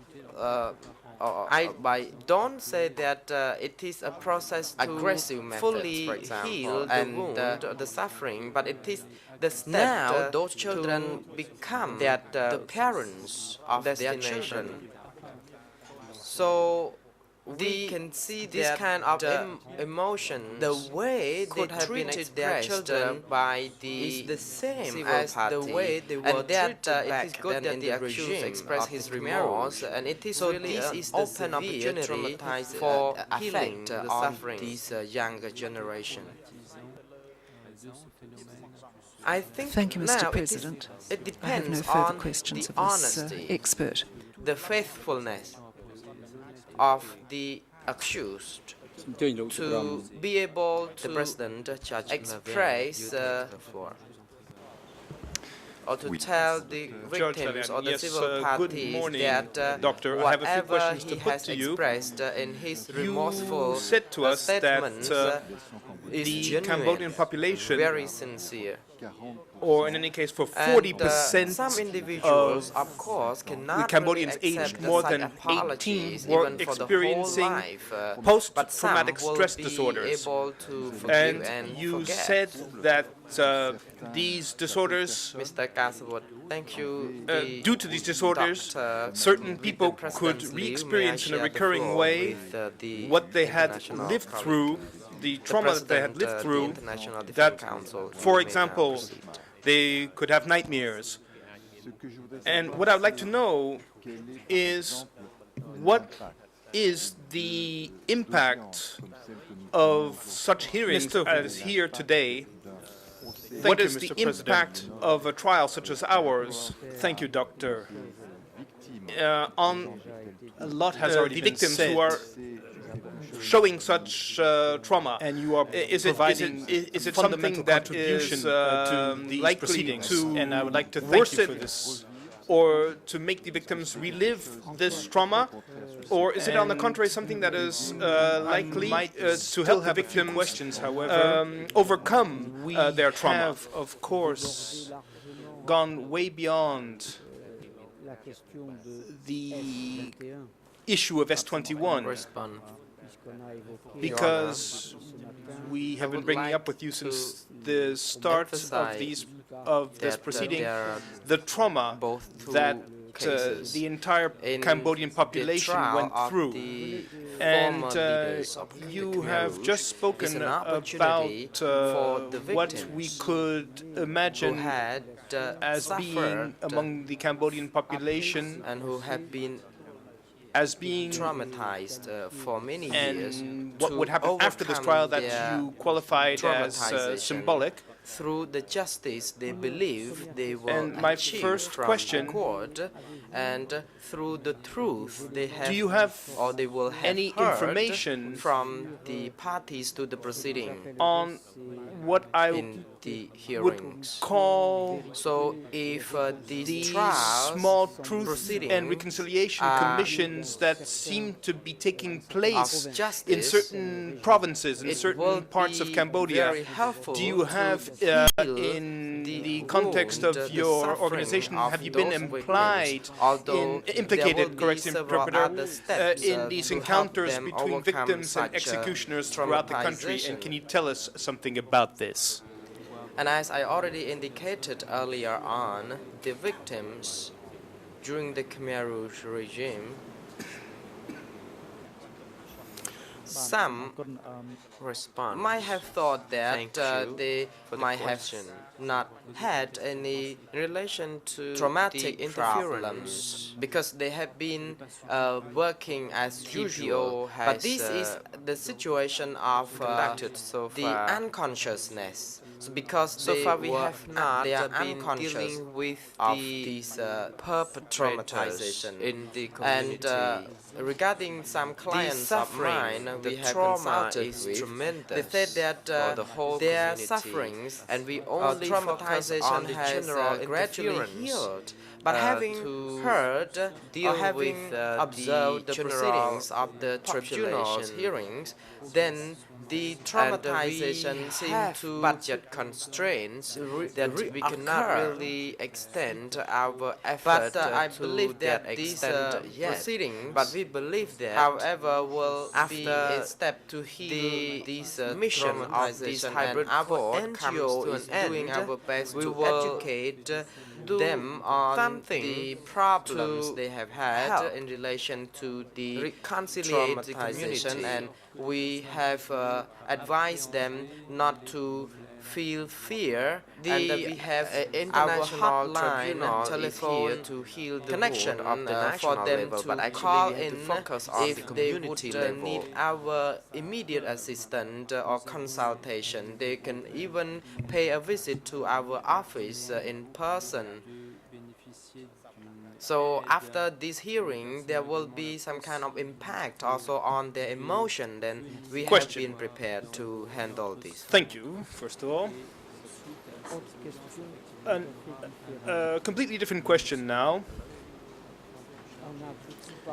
We spoke a lot about forgiveness during these proceedings.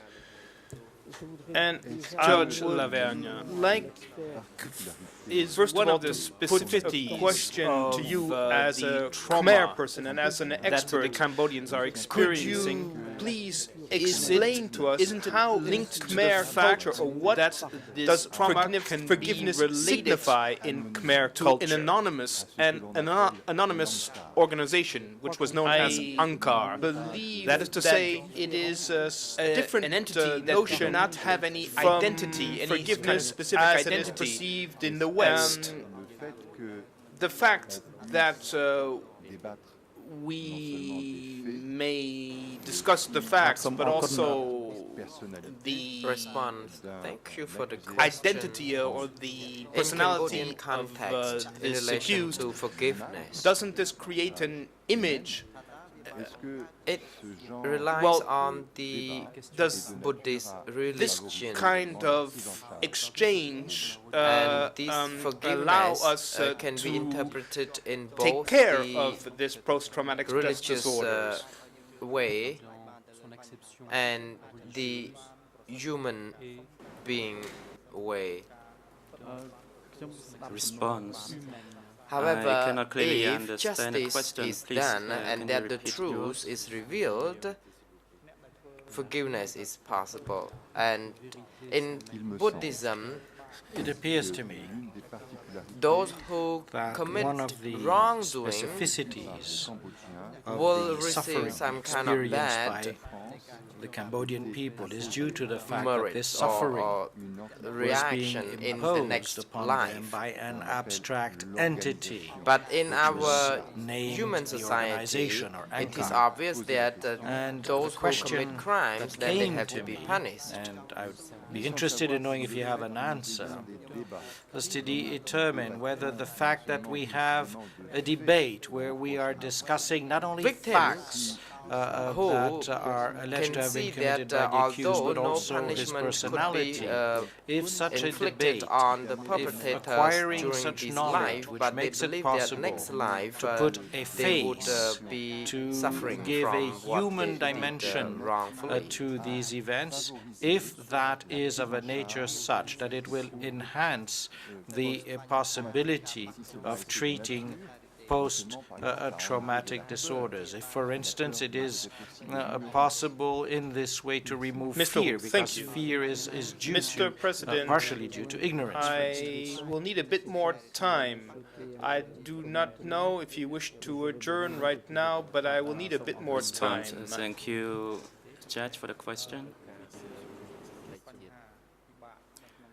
This is a complicated issue to provide appropriate response, whether the psychological You trauma may can be proceed, dealt with because effectively. you still have further time. However, I until, would like to 7 say past that 12.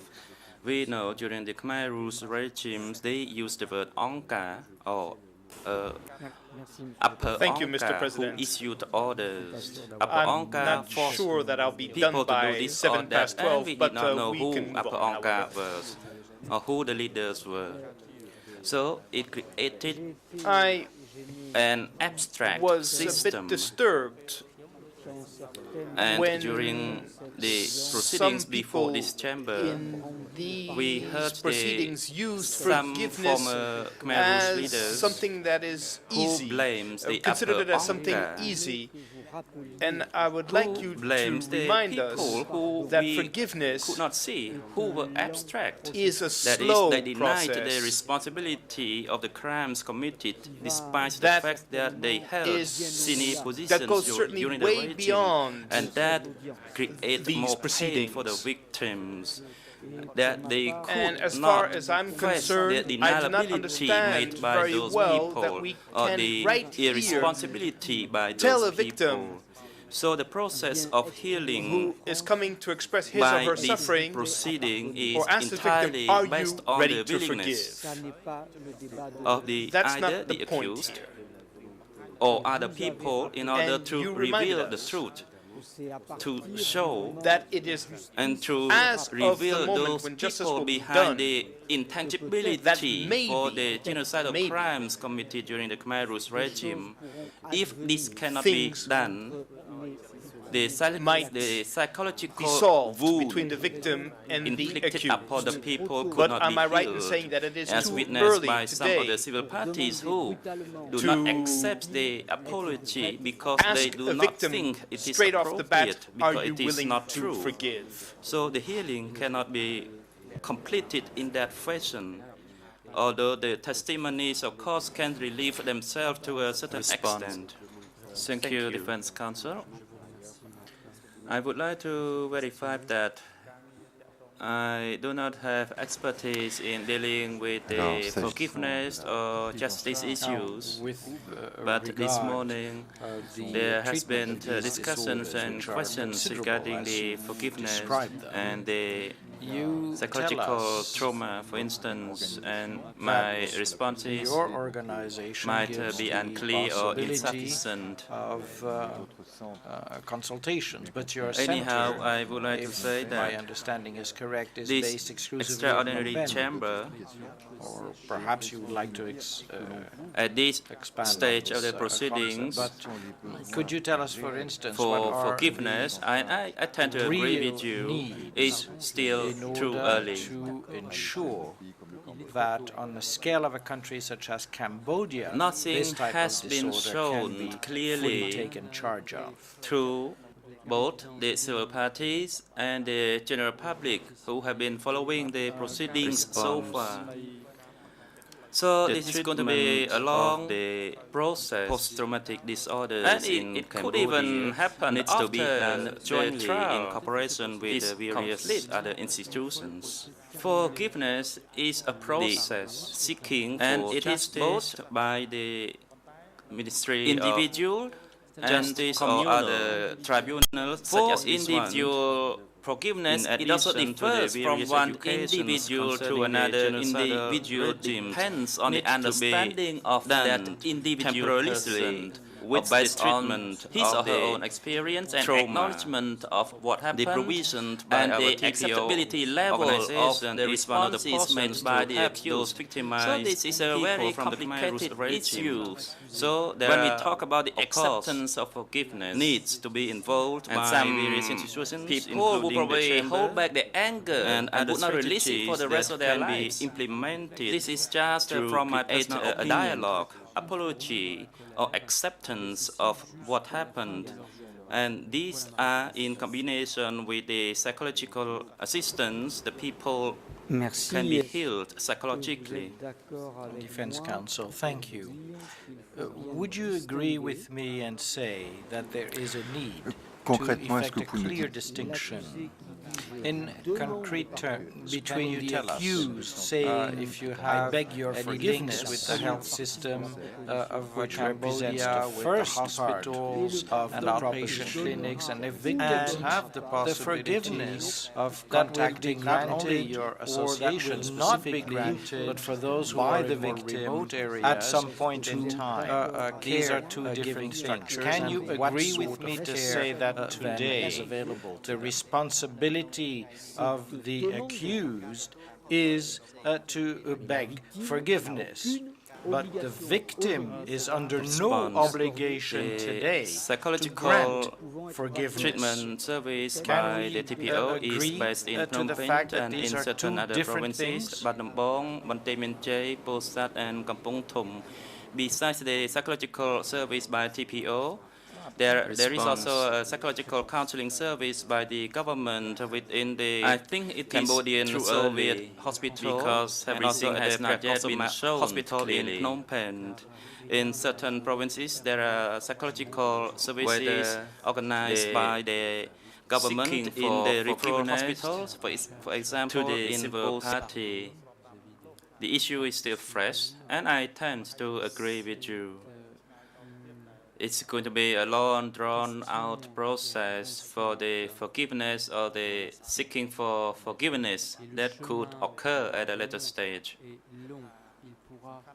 I think the most important thing is to reveal the truth and the events that what happened, so that they would feel relieved and they could settle their feelings of the uncertainty of the events that occurred 30 years ago.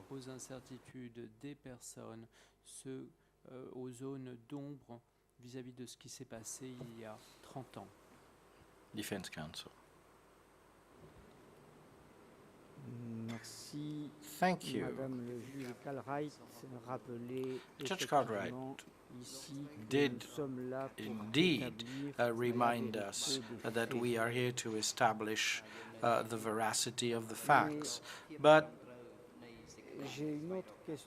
I have another complementary question.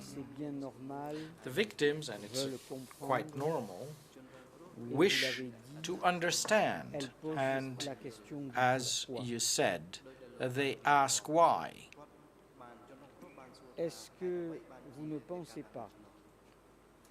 Are you not of the opinion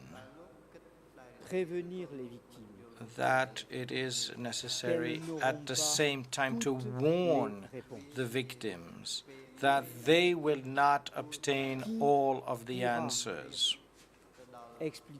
Who will be in a position to explain why, the why of the Pol Pot regime?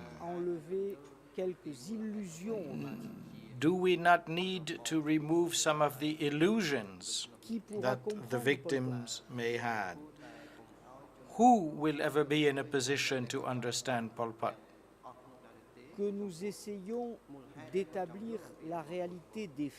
That we are trying to establish the veracity of facts, yes, but as to the why of the Khmer Rouge regime, will anyone ever be in a position someday to explain the why of the Pol Pot regime?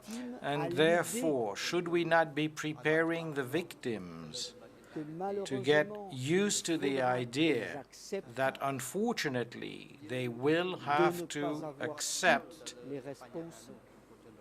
that they will not receive all the answers to their questions, however legitimate they may be, and their questions are legitimate.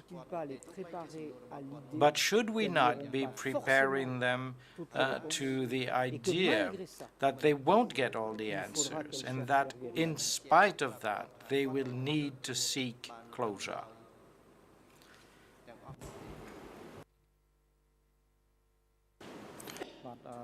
Response. Thank you, Defense Counsel. This is a complicated issue related to a complicated response. I think it is important to know the truth and to receive justice. This is what the victims want. And these are one of the conditions that would lead to the healing of the psychological wound. But I think it is very difficult to achieve it. It is my opinion that everyone can't project a version of truth based on his or her understanding. It is also dependent on the acceptance or acceptability of the truth by the other party, namely the victims. In brief, it is difficult to show the truth, and people who know the truth are only those who are the perpetrators and the God. So the expression of truth is dependent on individual person and the ability of acceptability by the victims. I do not have any other response rather than this. Thank you. La victime et vis-à-vis de la victime. Voilà ce que je voulais dire en réponse à votre question. The defense. Une dernière question. One last question, sir. Vous nous avez décrit un pays gave us a description of a country traumatized by what has occurred, and we understand this. At the same time, when one comes to Cambodia, one sees a country where development is in full swing, a country that is attempting to cope with this trauma, to cope with this tragedy, and to project itself in the future. Could you tell us give us a few words about what is called resilience, and perhaps give us a bit of hope with regard to the fact that someday Cambodia will be able to turn the page.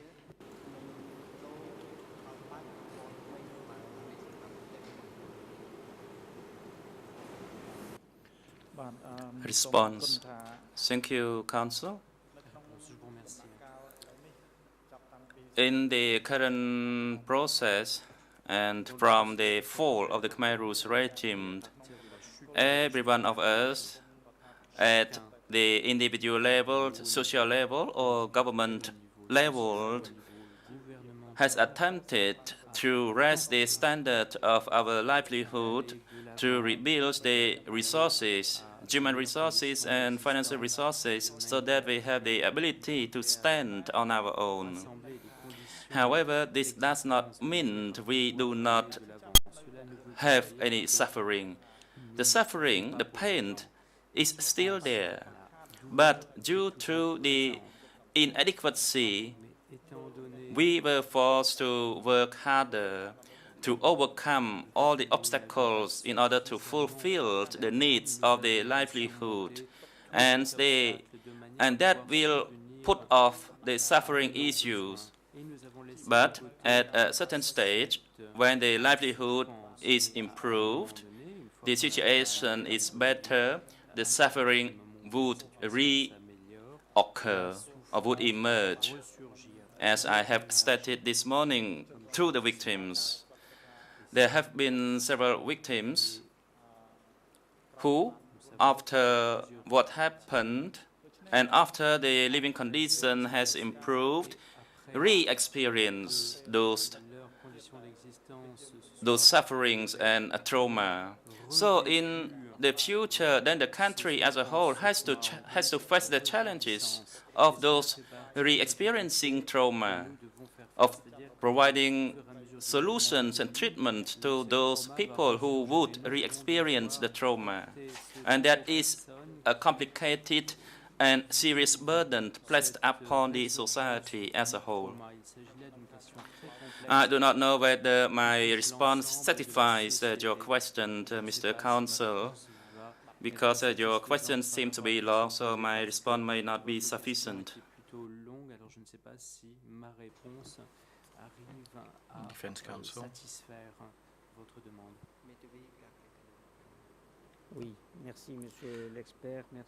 Well, thank you, sir. Thank you for the work that you are carrying out, and I'm sure you've understood the fact that, as I believe, within these walls we are trying to make this work possible for the good of Cambodia. I thank you, sir.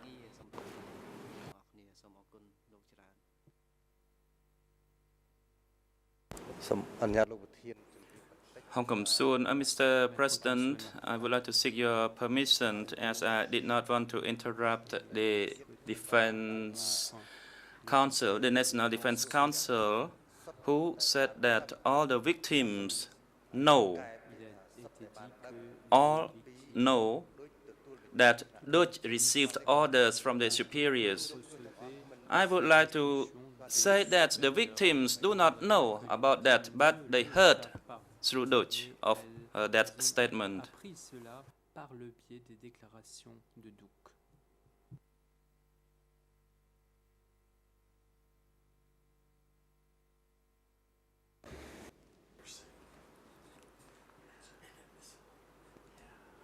The President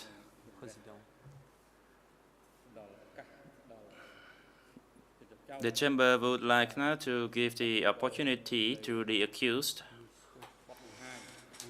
to make his observation on the content of the testimony of this expert.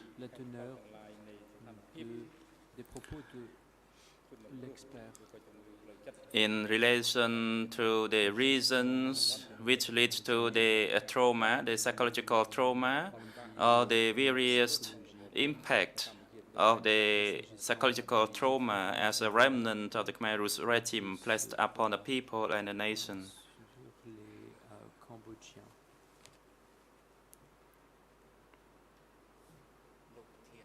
the accused. Mr. President, Monsieur le Président, first of all, I would like to say a few words j'aimerais regarding the achievement of Dr. Chum Sothira.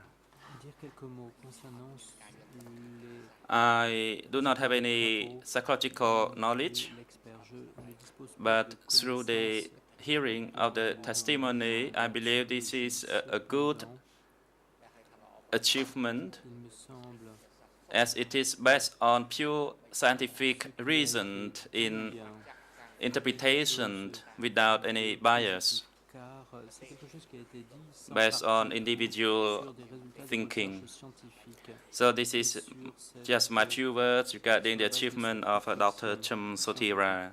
Voilà mes commentaires vis-à-vis du At the travail same time, de Monsieur Chem Sothira. I would like to express En my même temps, gratitude je to souhaiterais him exprimer vis-à-vis de lui ma gratitude.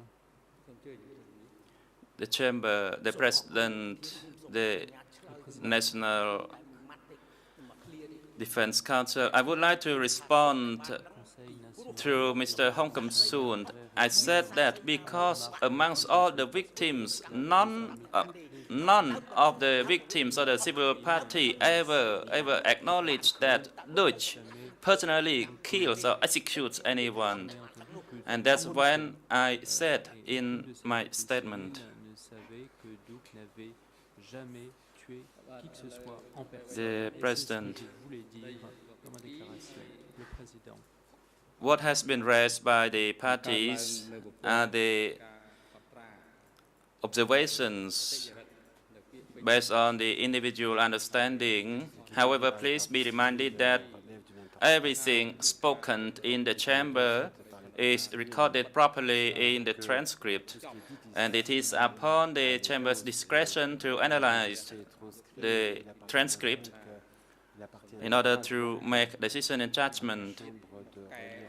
So what is said by one party cannot be amended by another party. Only that party who makes the statement can amend his or her own statement.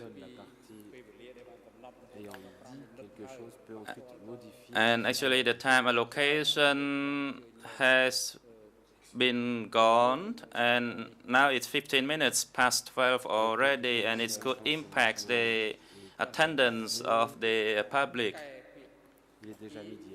So the request for the amendment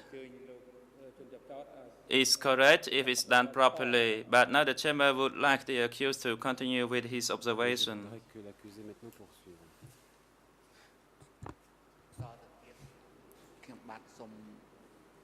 The accused. I would like now to talk about my understanding. It is of my opinion that the crime against humanity was born after the 17th April 1975, and it completely finished on the 6th of January 1979. That was the day Duch was arrested and put in prison for ready to be tried. Let me talk about the consequence of the regime of the crime against humanity. The consequences are tremendous and extensive and long-lasting. Even at that time, the consequence is still ongoing. So the testimony of Dr. Chum Sothira shows various aspects of the consequences, and I acknowledge the proper conduct based on the scientific research. I personally, who was responsible for S21, I am responsible for the criminal mechanism, and I determined that I am responsible for all crimes committed at S21. I accept it legally and accept it psychologically. And secondly, I, Kaing Guek Eav, alias Duch, is not responsible over all the security office throughout the country. But I am a member of the Communist Party, and I am still responsible psychologically for all crimes committed on the people and on the country as a nation throughout that regime. I am deserve whatever deemed necessary by the Cambodian people. And I personally, when I challenged and faced the victims, the widows, the orphans, there have been several widows. They can condemn me here. I allowed that to happen. I bow myself before them so that they can see that I acknowledge my crime. Regrettably, some other widows did not have the opportunity to do so. First of all, I thought Chao Seng probably did not come to lodge the application and condemned me. But I learned that Madame Chao Seng is still alive. They have not been in a divorce, but she has not placed a complaint. Secondly, Tang Po Lin, my former teacher, that was the original name that I learned of. But after 79, the name was changed to Di Pon Po Lin. She used her husband's name. But I have not seen the complaint made by her in order to condemn me. I do not know the reasons behind that. But I believe the principle of Dr. Chum Sotira, they receive or they suffered or experienced the psychological trauma, and I would bow and respect all those widows from a distance, including Madame Chao Seng and Madame Van Po Lin.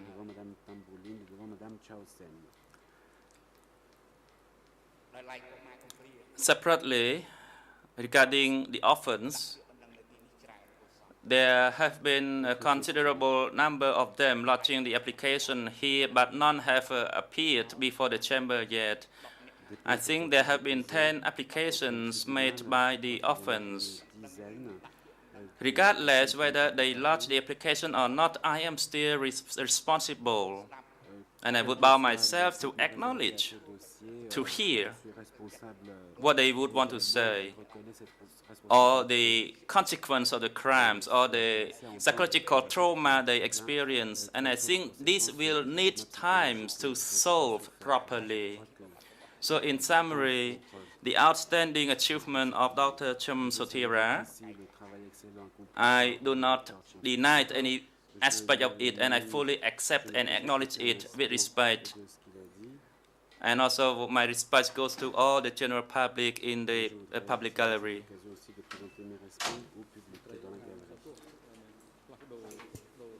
The President, the AV unit needs to change the DVD for the recording, and when it's done, please report to the chamber.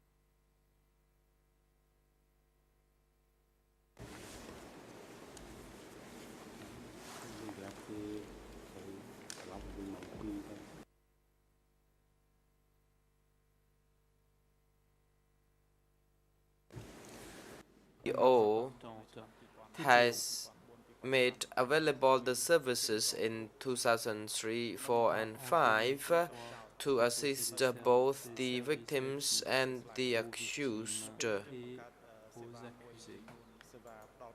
The services are seen in the consultation for the guards of the former S21 compound. And if you look back to the historical event, the time when the Khmer Rouge made those guards become the soldiers when they were 12 or 13 years old. They were abducted from their parents and were put to the battlefields to fight the enemies, or to be put to stand on guard at the S21 facility, and later on some of them were arrested and detained at the place where they had worked. So these people, at the beginning, you could see that they become victims, but perpetrators at the same time. So the victims turn perpetrators, the perpetrators turn victims. So it is a kind of very complicating circle, and it is quite difficult to understand it also, although the civil parties claim that they were victims. But if you look back to the past event, then we can understand more that only if the past is well studied, then we can change our view in relation to the victims and perpetrators' relation.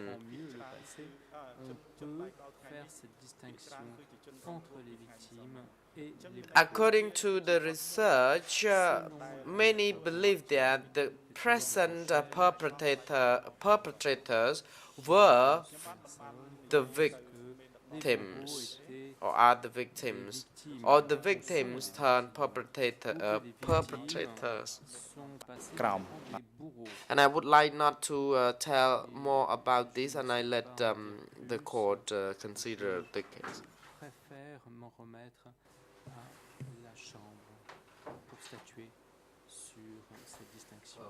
Mr. Dismail, I thank you very much. I have a last question, which is a question from someone who is a foreigner and who is not a Buddhist. A civil party spoke to us about the contradiction between his personal suffering and the notion of karma. And he also underlined a certain contradiction between the justice of human beings and the justice of Buddha. And could you shed some light on this from a psychological standpoint? Is because of the dominant, can karma play a role because of the dominant religion in this country? Can karma play a role in the fact that a certain number of victims do not dare to participate in such a proceeding because it is part of human justice and prefer just to rely on divine justice, and therefore not to fight as hard as they could if they would rely, if they were part of another culture?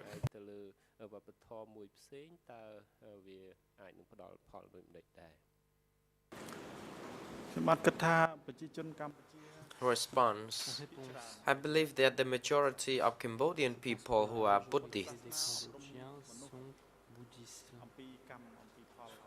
they are strong Buddhist followers. They believe in karma, they believe in toleration, and they believe that revenge would not be a good option to cope with a problem. And we should also balance the notion of karma and the notion of justice of human being. To find justice and to make sure that justice is well done, it is important that the evidence is well presented and well accepted. I believe that Cambodian people who are Buddhists are ready to forgive what happened, because according to the religion, they have been educated to be able to forgive, forget, to understand karma, and to be able to reunite and to live together in harmony after the problems. And when another religion is compared to explain what happened, I think it depends on the individual view or notion as opposed to the theories of other religions to solve any particular problem.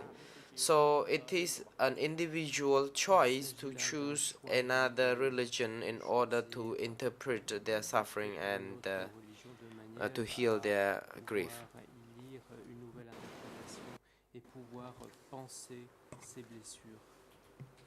Mr. Dismail, thank you very much for all of this clarification. Mr. President, I have no further questions.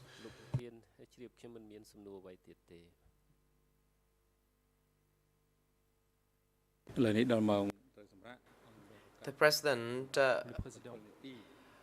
will take the adjournment for 17 minutes now.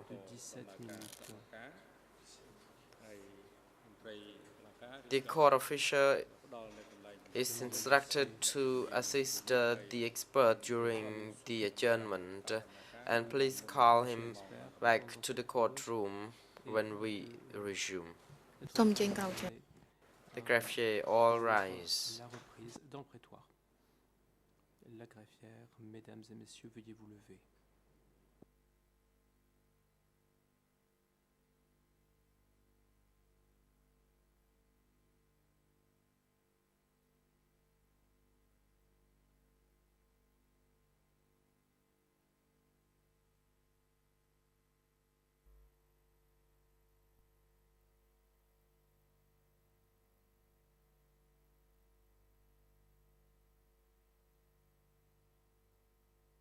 Feeling and the trauma and the impacts experienced by the victims and survivors of the democratic Cambodia regime is valuable and tremendous for the chamber to consider and make judgment fairly without bias. The proceeding this morning has come to an end, and actually it's a little bit over time. The chamber would like to apologize for the inconvenience that we would like to have it finished for the morning session.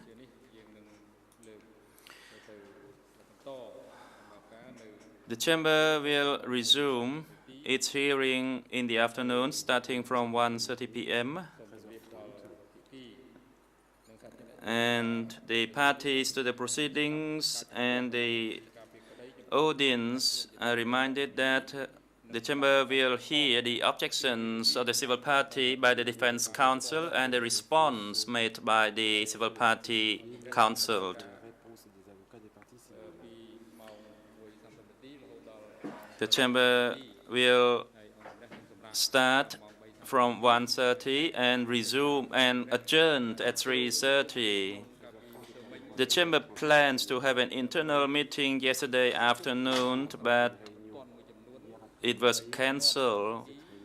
The chamber needs to discuss and make decisions on certain pending issues, and will inform the parties to the proceedings accordingly at a later stage. security guards take the accused back to the detention facility and bring him back before 1:30 in the afternoon. The hearing is adjourned. All rise, says the greffier.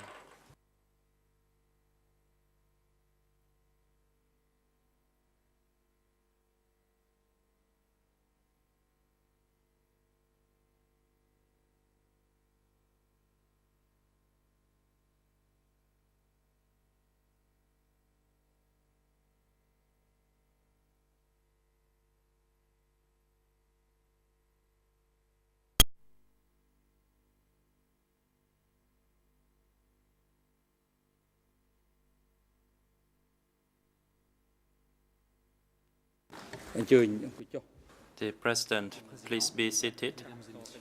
The chamber is now back in session.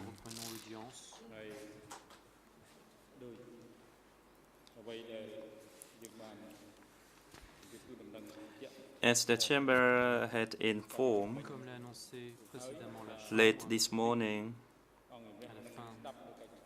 this afternoon, the chamber will hear the objections of the Defense Counsel for the application to the civil party, and then the response by the civil party counsel to that objection.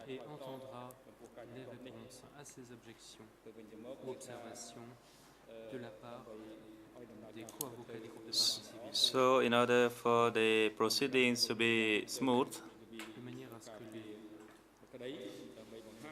the chamber would like now to give the floor to the Defense Counsel to express their objections to those civil party applications.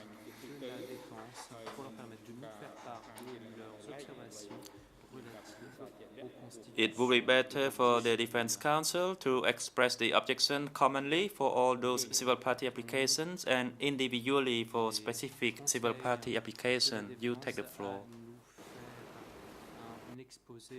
Concernant l'ensemble des objections pour l'ensemble des parties civiles et ensuite de traiter chacune de ces parties civiles l'une après l'autre.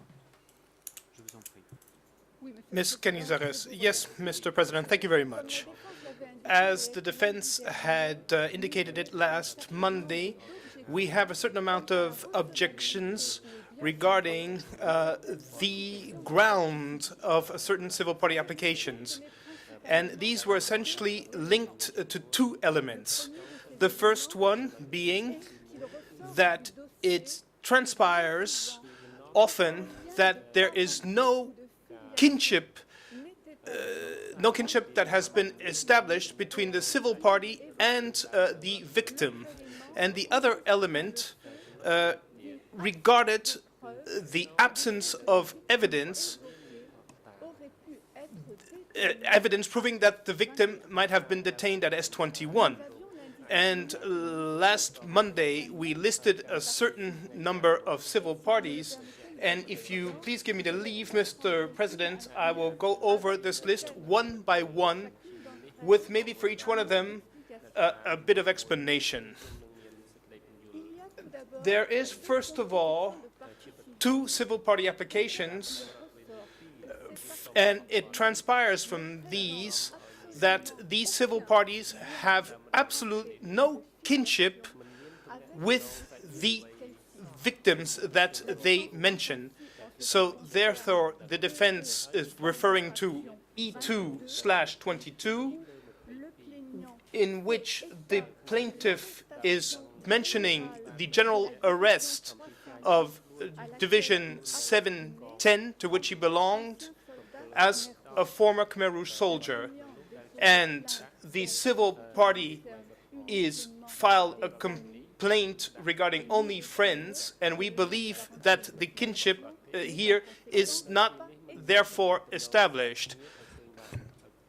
And it's also the same regarding E2/37, because the plaintiff is complaining on the ground of 6 of his friends who had been arrested and killed at S21. Here again, the defense can only notice that there is a complete absence of kinship.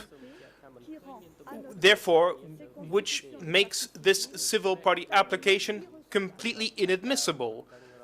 And the question of kinship here is also an issue for another civil party application, E2/66, and the plaintiff here is indicating that her older sister, Ten Xofeat, would have been detained at Tul Sleng. And it happens to be that this kinship between the victim and the civil party is not established as well, because when the defense went over the documents in the case file, it happened to be that the victim that she brought up, that is to say Miss Peng Sopea, was Vorn Vet's daughter, whereas the civil party claims that she is the daughter of Mong Peng and of Tam Ching. So therefore, of course, we can only notice that the kinship here is completely different. And as well, another kinship issue, we can bring up a certain number of civil parties that I'm going to list now, and for whom, on top of this, it appears that they are not that there is no evidence in the case file, or there's not enough evidence in the case file that allow us to consider that the victims have indeed been detained at S21.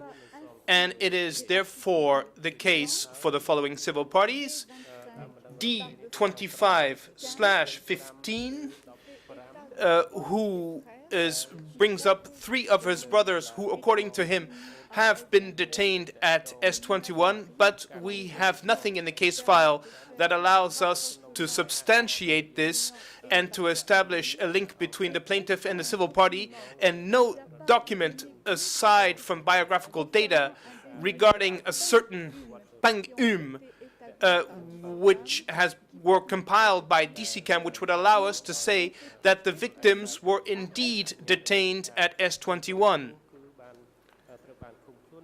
So we believe the same thing regarding the following civil parties: E2/30, who mentions 2 of his brothers.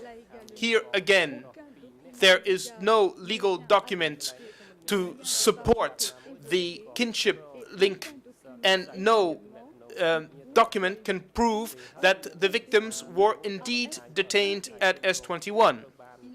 And it is the same for dossier for case E2/38, and in E2/41, in which the plaintiff assumes that her grandfather was killed at Tul Sleng, but without at all providing any document that can support that this person that she is bringing up was her grandfather, and without as well providing any kind of document relating that her grandfather might have been detained at S21. And it is here again specified that her grandfather's name appears on none of the prisoners' list at S21 as well.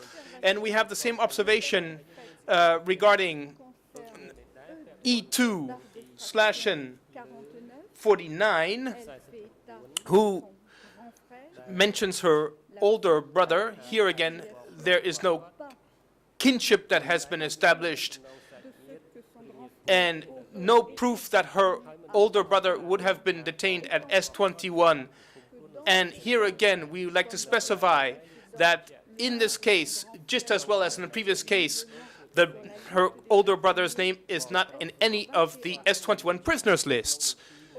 And another civil party, E2/57, and the plaintiff brings up her sister, who apparently was killed at S21. Here again, no document can substantiate the kinship here, and there is no document in the case file as well. And here again, I would like to indicate that the only documents that are included in the case file are only in English, neither therefore in French nor in Khmer, and none of these documents allow us to support, allow us to prove that her sister would have been killed at S21. And here once again we notice that here as well her older sister's name is not on the prisoners lists of S21. And it is the same for the following civil parties: E2/63. Here again, no kinship link, no proof that the victim was detained at S21, and the victim's name not on the prisoners list as well. The same for E2/64, E2/65, and here again we have practically no document that would support that the uncle of the plaintiff was detained at S21, and no document as well in the case file regarding E2/69, E2/70, E2/71, E2/73, and here again we like to specify, and I'd like to draw the Chamber's attention to the fact that we have here in the case file no French language document aside from the letter designating the council, and it's the same concerning E2/74, E2/75, E2/76, in which the plaintiff mentions an older brother who was a Lon Nol soldier who would have been detained and killed at Till Slang. And aside the fact that the plaintiff has the same name as the victim, there is no other element in the case file that allows us to justify or to support the kinship link that might bring together, that might unite these two people. And especially there is in the case file no document that can support that the victim would have been detained at S21. Here again, this victim's name is also not on the prisoners list. And it is the same here again for E2/77, E2/81, E2/82, and finally E2/83. Here again, no kinship link with the victim, no documents proving that the link between the victim and S21. And regarding E2/83, well, this civil party said in 2008 that she saw a photograph of her uncle at Tul Sleng, but this photograph was never included before the court. And finally, I would like to get back to 2 or 3 other civil parties, D25/20, and here again, given the elements in the case file, we see difficulty establishing kinship between the client and the victim, and also difficulties establishing the link between the victim and S21. And here again, E2/35, maybe I forgot him when I listed them, in which there is no proof of the kinship between the plaintiff and the victim, who would have been who she says was her nephew, and there are no documents to support that her nephew was at S21. And there is only in the annex of the application a photograph of the victim, but we do not know if this person is indeed her nephew, and therefore we have regarding this photograph well, we have no name for this behind this photograph. And finally, E2/62, the plaintiff mentions two of his brothers. Here again, no established kinship between the plaintiff and the victim. And regarding the documents linking the victim in S21, we have not enough of sufficient elements that allow us to support this link, because the civil party put before the court only a photograph of itself that was taken apparently before the photograph of her brother at Tulsteng. But so this is, Mr. President and your honors, the 26 civil parties that the defense wishes to challenge regarding either the grounds or the admissibility of these applications, because there is a lack of documents that would allow the defense to believe that there is indeed a kinship link between the plaintiff and the victim, and that would demonstrate that the victim whose name is brought up was indeed detained at S21. These were the observations that the defense wanted to formulate.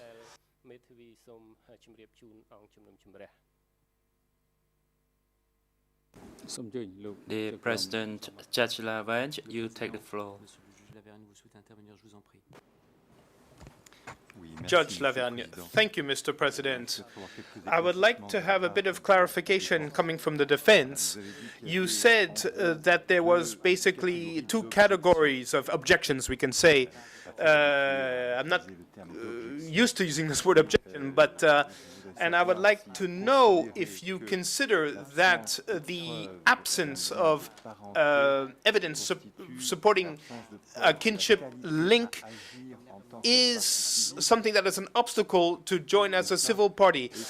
And if the absence of evidence that the alleged victim was detained or has any link with S21 also is what we could call the absence of grounds to join a civil party. That's my first question. And what I'd like to know is if in the list that you just mentioned, if you also included the objections that might have been brought up regarding the civil parties who came to testify here, or does this only involve the civil parties that are remaining? And I don't mean anything pejorative about this use of remaining.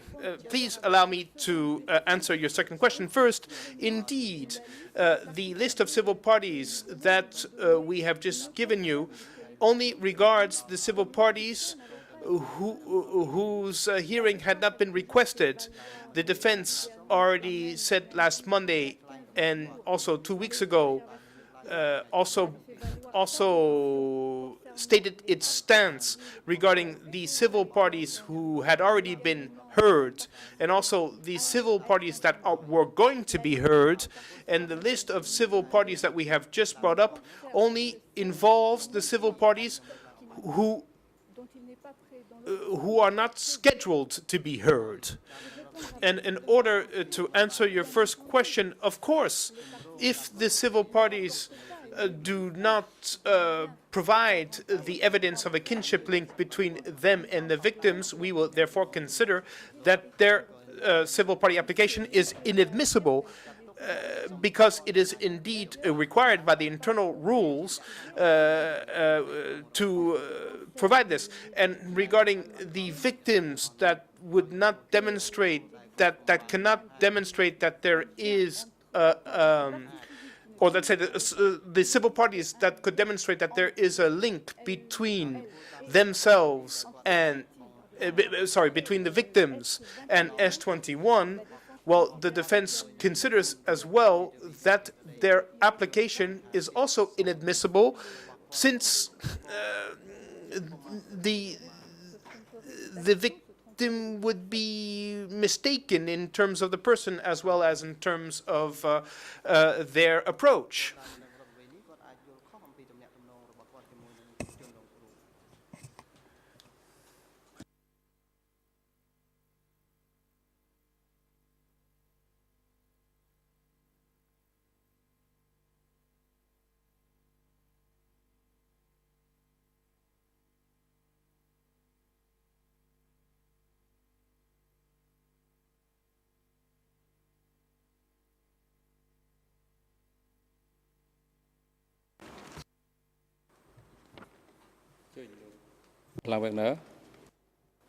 The President, we know that Mr. Kaing Guek Eav is on his feet. You may proceed.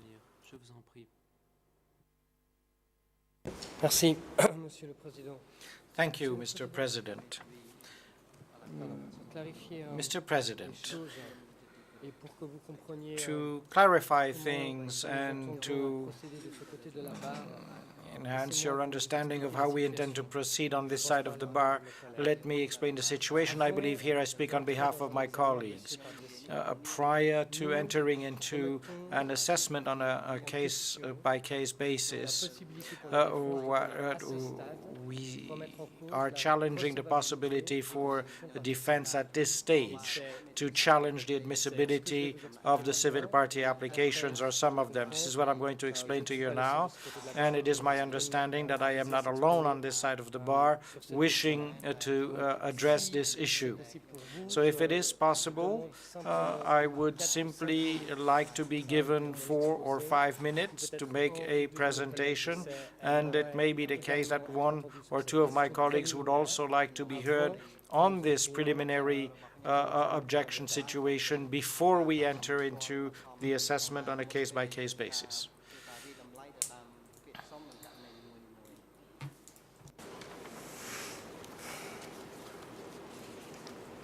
The President, you may proceed. Merci, Monsieur le Président. Thank you, Mr. President. Mr. President, the admissibility of civil party applications is covered in 2 articles, who are mirror articles of the internal rule. Article 23, paragraph 4, and Article 83, paragraph 1. And if one reads Article 23, paragraph 4 of the internal rules and Article 83, paragraph 1 of the internal rules, it appears quite clearly that the assessment of admissibility of civil party applications must take place at the initial hearing and not later. There is no other possible interpretation of Article 23, paragraph 4, jointly with paragraph 38. Article 38, paragraph 1, which allows this. It's very clear that any discussion concerning admissibility of civil party application must take place the initial hearing. As you all know, the initial hearing took place on 17 and 18 February of this year, and in fact, an assessment was undertaken in this first hearing regarding E2/36, E2/51, E2/69. It was discussed at length in the initial hearing, and what was discussed was admissibility relating to identity of these civil party applications. And in fact, you handed down a decision on the 4th of March 2009 concerning these civil parties regarding their status, application E236, E261, E269, and you declared in your decision that the civil party application of E236 was inadmissible. So this was decided.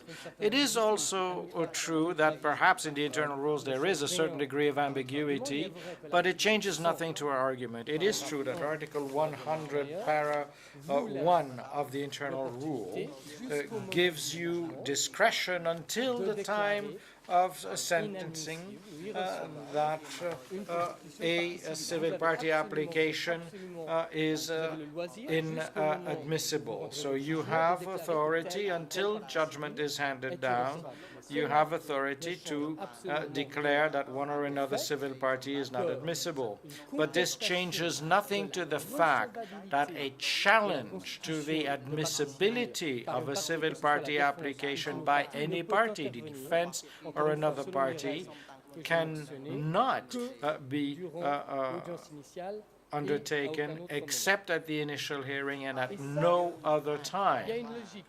And there is a rationale, Mr. President, distinguished members of the court, because when a civil party application is declared inadmissible, well, that, of course, opens the way to an appeal, and an appeal for the civil party, which can appeal against the decision of inadmissibility in front of the chamber of the Supreme Court. And I believe that Judge Lavergne last Monday had indeed addressed the defense. I had the transcript, but Maître Caniza had in fact confirmed this, and Judge Lavergne had raised the issue concerning kinship, and he said, does this question goes to foundation or does it go to admissibility with regard to the civil party application?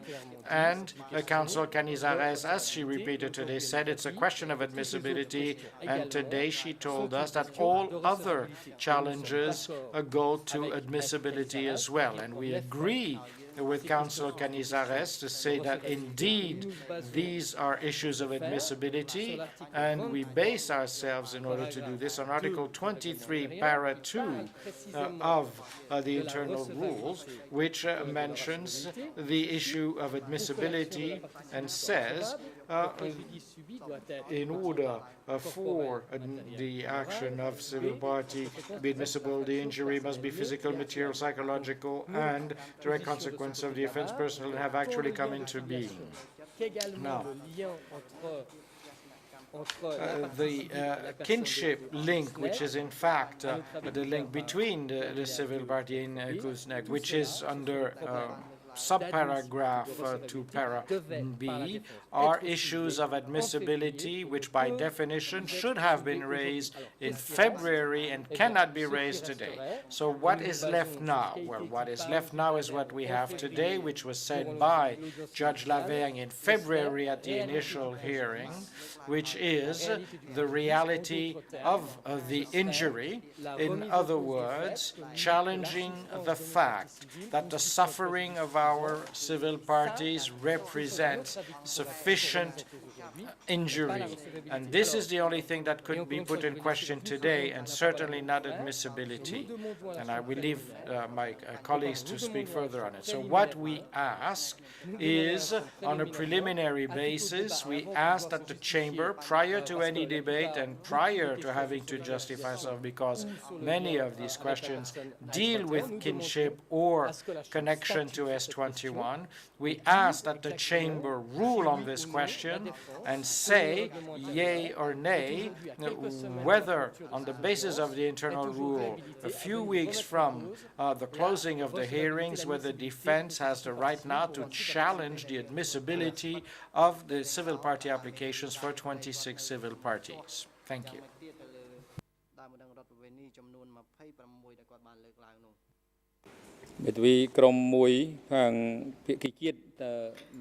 The President, the Defense Council at the national side of Group 1, would you wish to make any observation in relation to the challenges of the Defense Council concerning the civil parties, the 26 civil parties?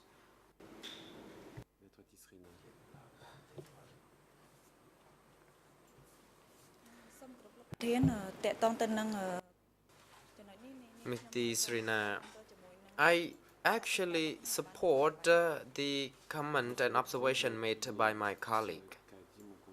Thank you. The President, Civil Party Lawyer Group 2, you now take the floor. Mr. Hongkum Kumpisai, thank you, Mr. President, Your Honors. I am here just to show or express my strongly support to my colleagues. The President, Civil Party Lawyer Group 3.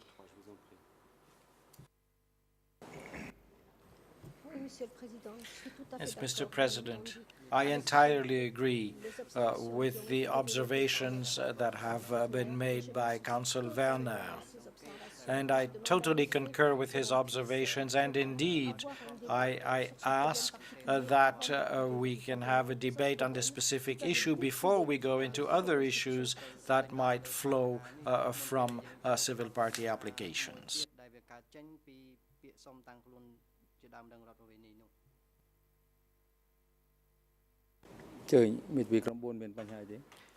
The President Civil Party Lawyer Group 4, you take the floor. Mr. Hong Kum Soon. Thank you, Mr. President. I have very few comments. First, I would like to support the observation made by Mr. Alan Wagner. And I would also like to inform the court that regarding the lack of document to support the civil party application as stated by the defense counsel. At the beginning, the accused made it clear that the documents at S21 are lacking. Sometimes we do not really have the full documents because after Duch took charge of S21 from Loan, alias Nad, he very often admitted that he sometimes, when having seen the photos taken at S21, then he started to realize that they must have been genuinely taken from the vicinity.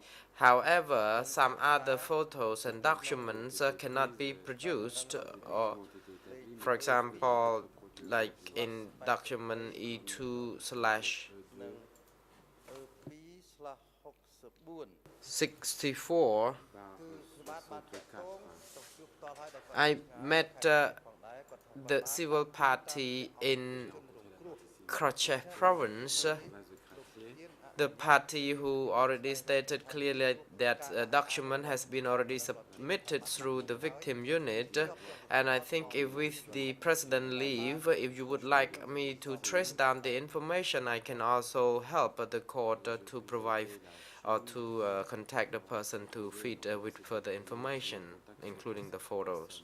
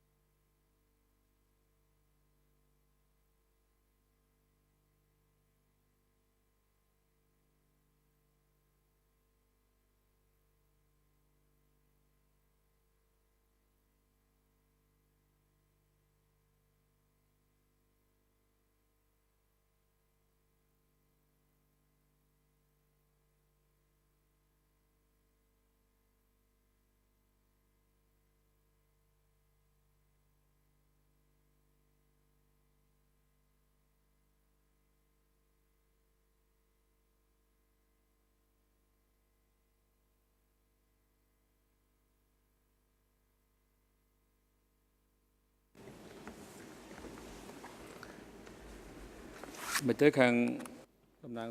President. The co-prosecutors, would you wish to make any observation in relation to the observations made by the civil party lawyers and the challenges by the defense counsel? If you would wish to make any observation, you may now proceed. Merci, Monsieur le Président. Thank you, Mr. President. At this stage, we have no observations to make, except for the fact that this issue does indeed seem to us to need to be settled before we enter into the actual debate and discuss the points that were the subject of a challenge by the defense.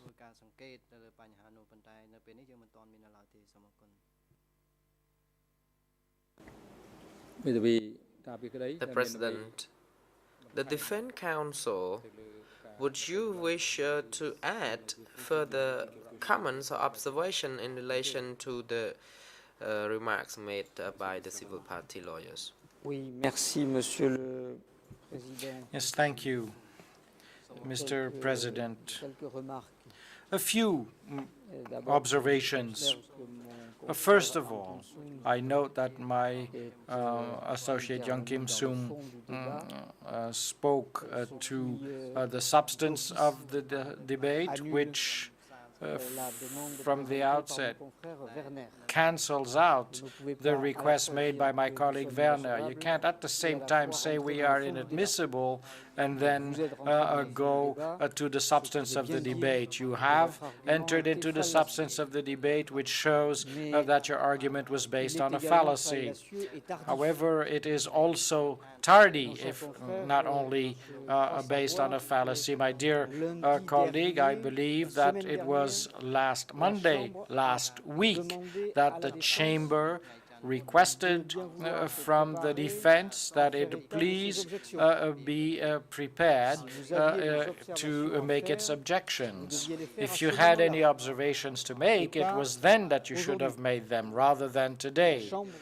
The Chamber explicitly requested the defense 1 week ago that it prepare for today's debate.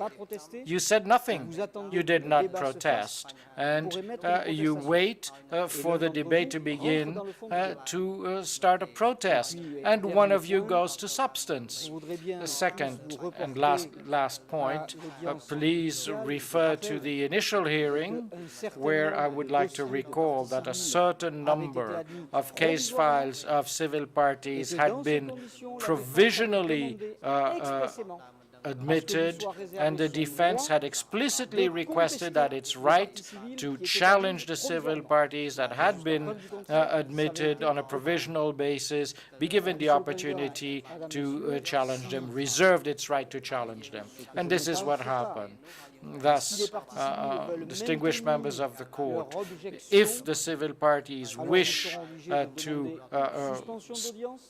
stay with their objection, then we will need to ask for an adjournment so that we may go back all the way to the initial hearing to look at what was actually decided, so that we may reply in a more thorough fashion. In fact, this is what should have been done last Monday. It would have been acceptable that as of last Monday, the civil parties told us, we want to warn you, we will oppose any objections you may wish to make on Tuesday. And in fact, the civil parties did nothing of this. At the last minute, they raised their hand and say, we reject your objections. Mr. President, minimum that the defense requests is that you grant us an adjournment so that we may respond to this argument, which I continue to state is based on a fallacy.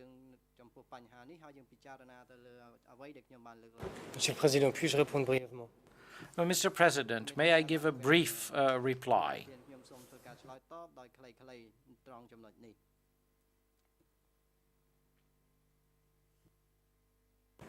The President, please proceed. Monsieur le Président, Madame, Messieurs les juges. Mr. President, distinguished members of the Chamber, I would like to raise 3 points. The first, I am at a hearing with my colleague responsible for 38 civil parties and not one more. I am not responsible for the comments made by counsel for the other groups. and a position which is a position of a colleague other than myself is a different position. My position is not linked to the position voiced by another group. This seems to me to be clear. It has been the situation from the outset of this trial, and I must say that you will recall that we have had divergent points of view on this side of the bar in the past. It was recognized. Secondly, last Monday, and my colleague will not remember because he was not there, but last Monday, the civil parties were not given the floor. The civil parties and the prosecutors were not allowed to speak. All that was said was that the defense should prepare. The defense made a series of observations, and what we were told was that we were to prepare our observations for today. This is what we have done, and today we share with the court our observations. So the fallacy in all of this is something that would require some explanation from my point of view. Now, I must say we can enter into this debate if you wish, but I have the transcript of the February hearing, and Maître François Roux has a good memory. Indeed, he reserved a certain number of things, but he is the only one bound, along with the defense, by these reserves that were emitted in February. The civil parties are not. We are bound by the internal rules, and what we tell you is that on the basis of the articles of the internal rules that I mentioned, there is no legal foundation, none whatsoever, enabling the defense to come today and challenge both admissibility, rather the admissibility and of the civil party applications. And it is ironic that Maître Roux does not base himself and does not use the internal rules, because he has to find an argument at the hearing to explain to us what the defense has found to justify its ability to challenge the civil party applications today.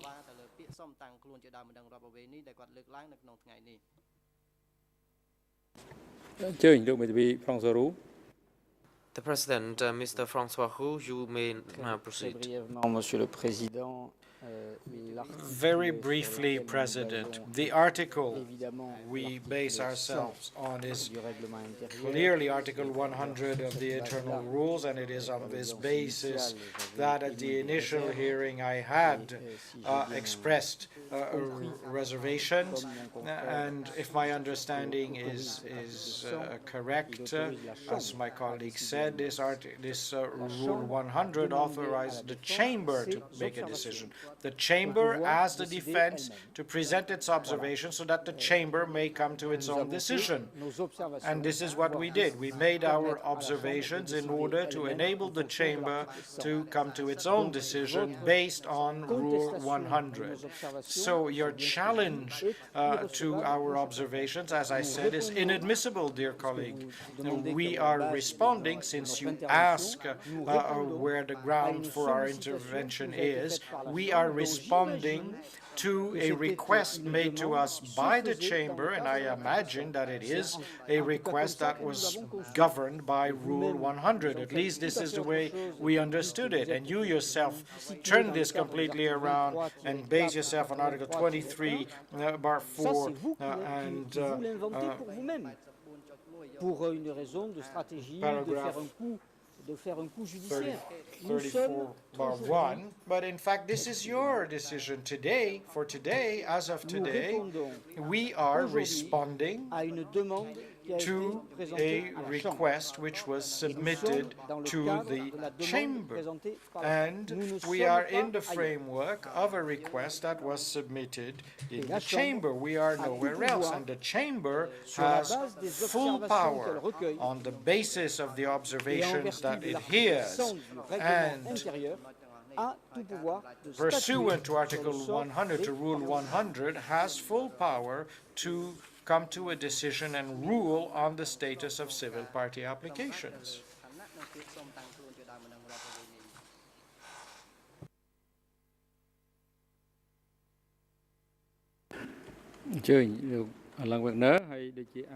The President, Mr. Alain Wagner, you may now proceed, but please make sure that it is brief and that your last chance to respond. Merci, Monsieur le Président. Thank you, Mr. President. The Chamber did not request something from the defense except the nature of its objections. And on this side of the bar, we were very much interested in knowing what the nature of this objection was. Their nature would be either admissibility or foundation or something else. And that is precisely the reason why Judge Lavergne last Monday asked Counsel Canizares to specify the nature of these objections, because the nature of the objections was not clear, and Counsel Canizares, very candidly, as she did today, said that the nature of the objections went to admissibility. And on this basis, we rise and we say that on the basis of the rules which we have quoted, according to the internal rules, you are no longer authorized to raise these objections. Had the defense raised these objections on foundation, then our position would have been different.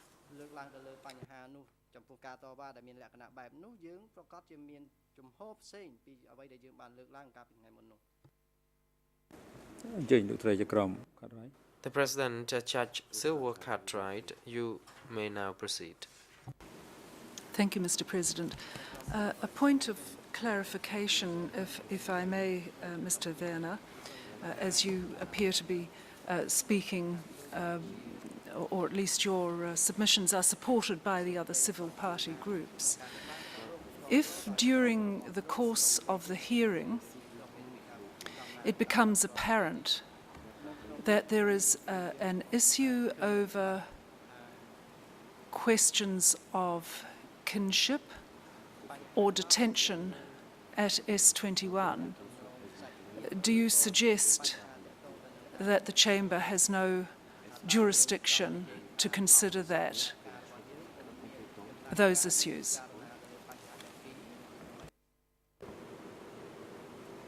Merci, Madame la Juge, pour cette question. Thank you, Your Honor, for this question. Bien sûr que vous avez tout loisir, et comme je l'ai rappelé, effectivement, of course, and as I recall, when I quoted Rule 100, at the time of judgment you may, and until that time you can take any decision that you may wish to take with regard to admissibility.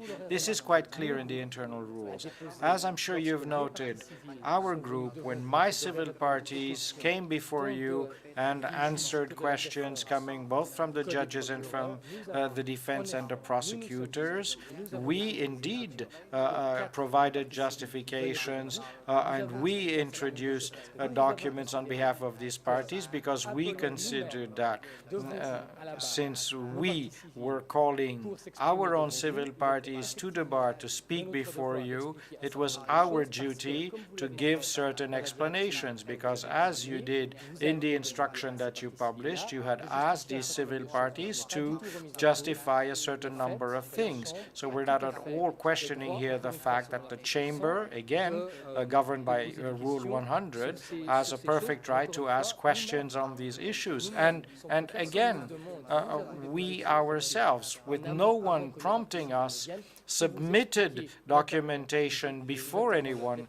would ask us to explain in detail links of kinship. This is not at all what's in question here. What is in question and at issue today is that the defense is returning, in spite of the fact that the internal rules very clearly, whatever interpretation you might give it, does not allow this, challenges for 26 civil parties the kinship links. This is what we are protesting against. Not at all the fact that the Chamber, as I said, until the time of judgment, has a full right to ask any question it may wish to ask with regard to admissibility, and the parties will have to give clarification. We have no difficulty with this whatsoever. I hope this answers your question. So it follows then that if the Chamber asked for clarification of the list of civil parties that the defence has suggested as lacking elements of kinship or proof of kinship or other elements of admissibility, then you could not object to that. Is that what your argument leads you to? Madame la juge, Well, Your Honor, ma compréhension de la situation. my understanding of the situation is that the Chamber requested that the defense specify which objections it may have, and if it does have objections, what is the nature of the objections it has with regard to civil party applications. And if you wish for us to return to the February hearing, and I can quote what he said, there was an exchange between Judge Lavergne and François Roux, and Judge Lavergne explicitly requested from François Roux that he confirm that on the issue of admissibility, there were no more challenges to be submitted by the defense.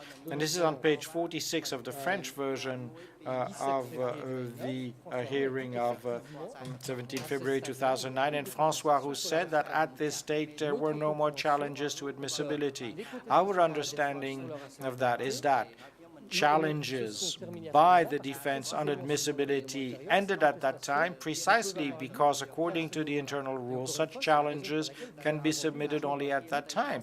And this is the reason why your chamber, in fact, made a series of rulings on that, which once again opened the way for appeal.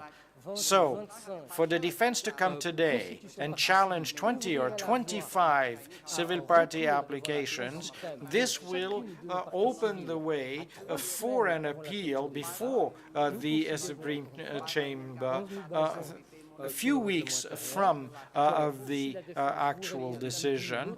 This means that if the defense says, well, our challenge is admissibility, then what we reply is, in our reading of the internal rules, you are no longer in a position to do this. You should have done it in February.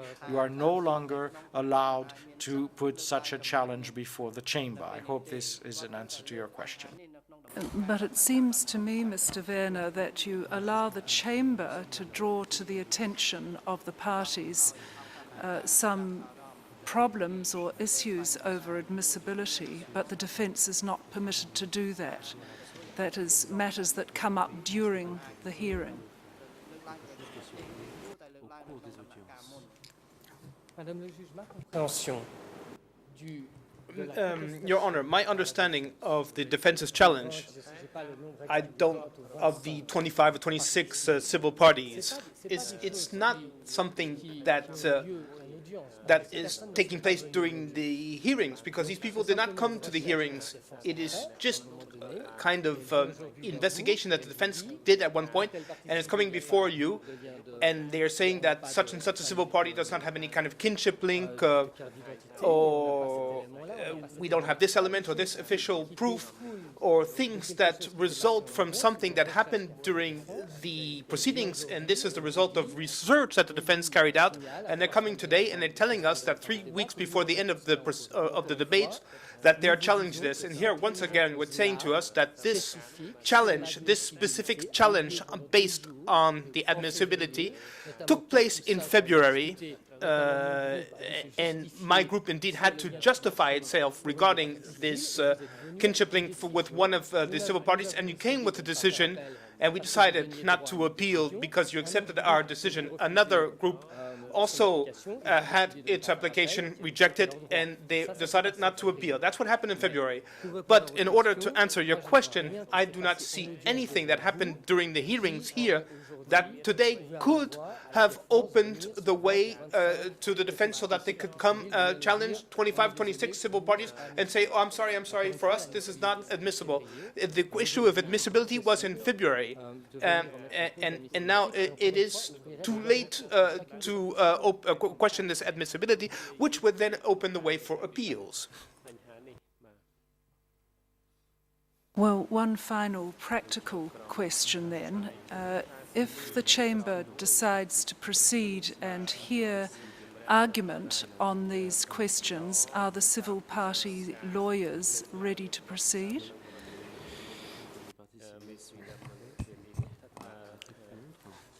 Your Honor, since I am not the lawyer, civil party lawyer of Group 2, 3, and 4, let me just answer on behalf of my own group. We have 10 civil parties which were challenged. Among the 20 or so that were mentioned, we have in our group 10 of our civil parties were challenged. For 5 of them, we carried out some research, and we have documents indeed, and we're ready at any moment to get into the substance of this debate. And I will have some observations to formulate regarding the 5 others. So indeed, we are ready today. But here, once again, because my legal arguments seem valid to me, we will ask you for a decision before we will proceed. But in my group, in any case, we are ready to get into the substance of the debate. Mr. President, it may be that does someone else? It may be that Counsel for the Defence wishes to comment on the matters that I have raised with the civil parties. Civil Party Group 3.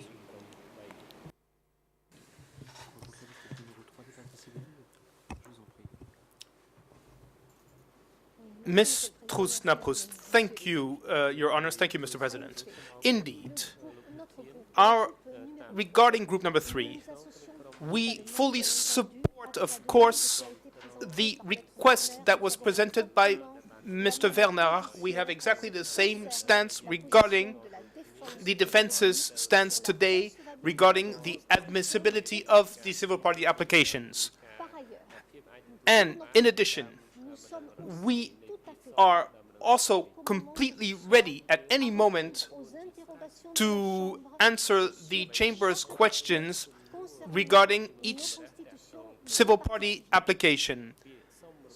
And regarding the grounds of the civil party applications, we will then have, when the Chamber will request that we may express ourselves regarding this, we will, of course, will have general observations, preliminary observations, as well as suggestions to make. But as of now, I believe that it is important to settle this issue that is being brought up and to indicate if indeed the defense can today challenge the admissibility of the civil party applications, which seems absolutely impossible because indeed this should have been done during the preliminary hearing. And the defense, because there was then that possibility, the possibility for the parties to challenge. In our group, we just received a case that was declared inadmissible by the Chamber. There was no ID card in this case for our civil party, and we did not appeal on this. And there was no problem about this regarding this particular case. So, once again, I completely support what was said by Alain Werner.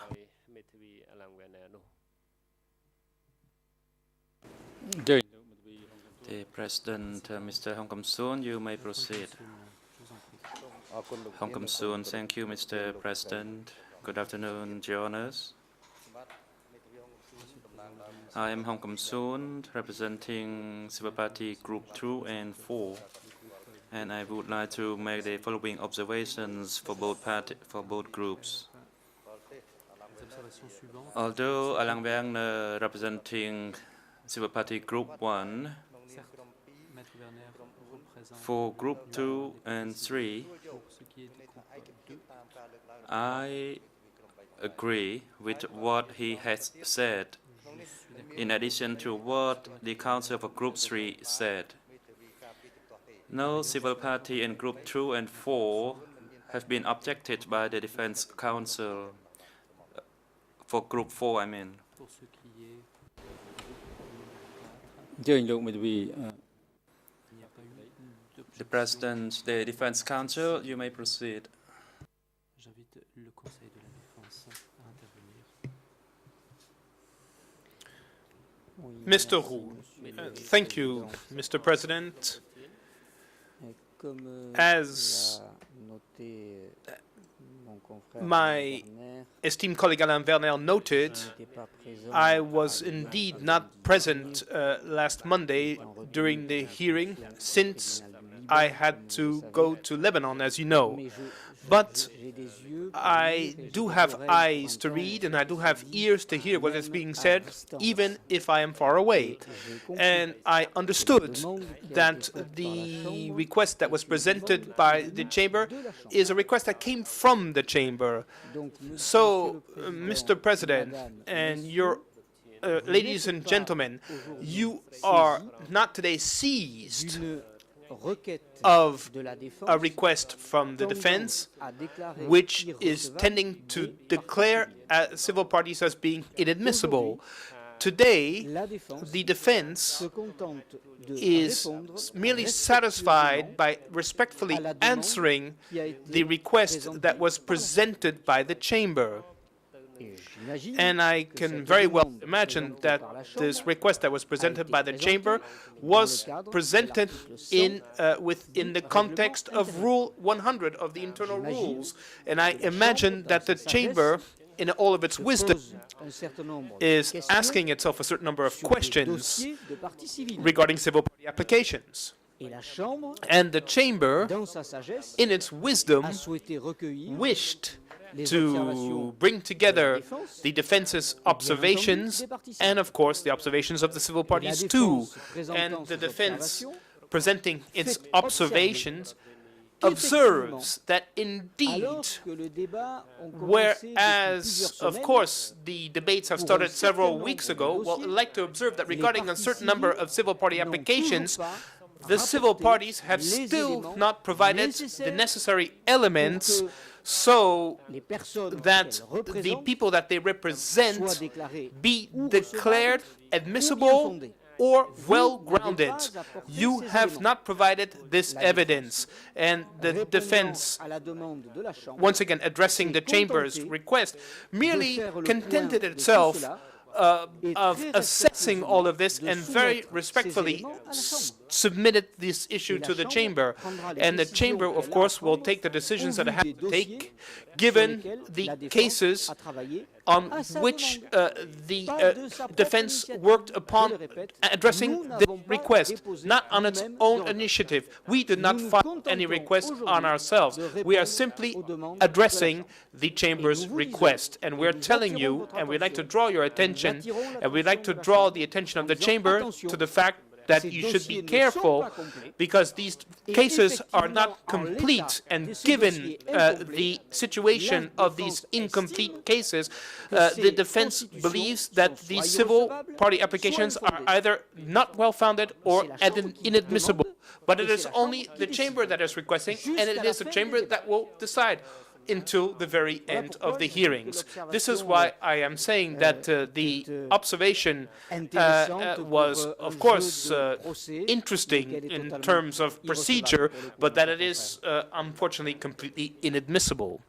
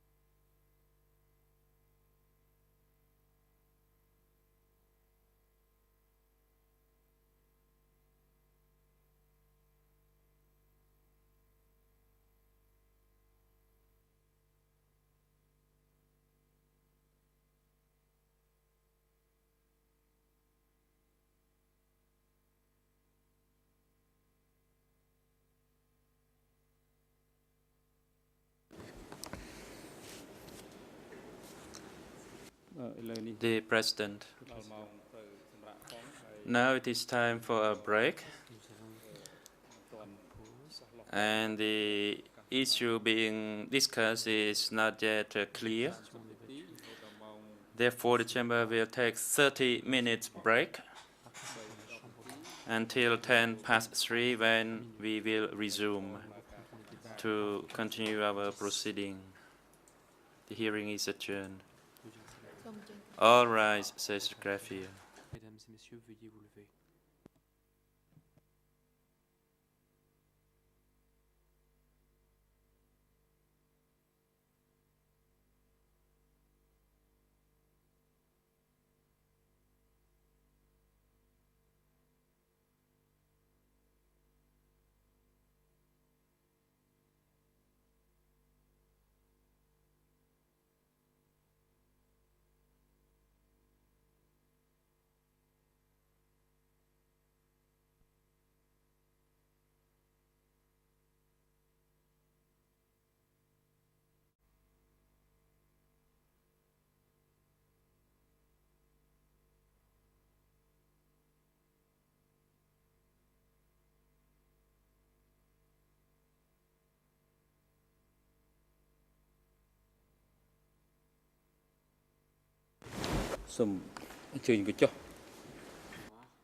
The President, please be seated. The court is now in session.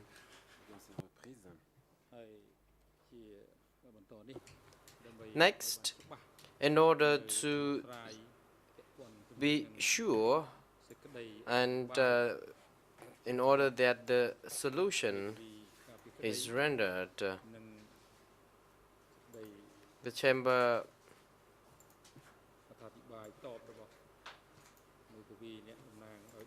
would like to open the session for discussing in relation to the matters already addressed before the court. And we would like now to give the floor to Judge Lavergne to respond to the matters, because I think because of the language barrier, it would be very appropriate for Judge Lavergne to proceed. Judge Lavergne, thank you, Mr. President. First of all, maybe a clarification regarding the request that was addressed by the Chamber to the defense. There might have been a problem in the formulation or in the translation. In any case, it is clear that the Chamber's intention was to ask the defense to make comments, on the issues regarding the civil party applications that might come up at this moment in the proceedings. So this indeed involved admissibility as well as the grounds. And we have taken note of what the civil parties called themselves quote-unquote preliminary question. That is to say, if the defense had the right at this moment in the proceedings to challenge the admissibility of the civil party applications.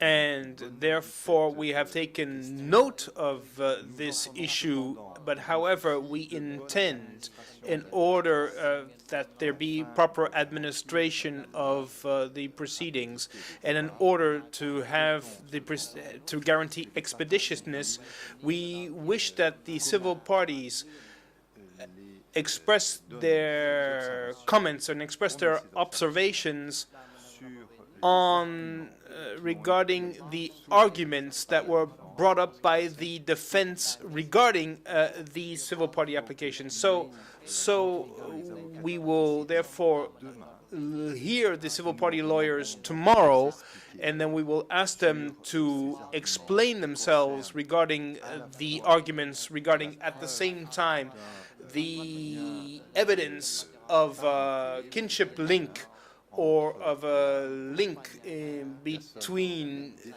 the people who might have been detained at S21 and the people who joined as civil parties. And also we will ask them to formulate their observations regarding the evidence of an existence of a link with the events that took place at S21. And however, we would like to specify that we will render a common decision regarding this preliminary issue as qualified as such by the civil parties, as well as on the merits of the arguments that were brought up by the defense upon the defense's request, upon the chamber's request, corrects the interpreter.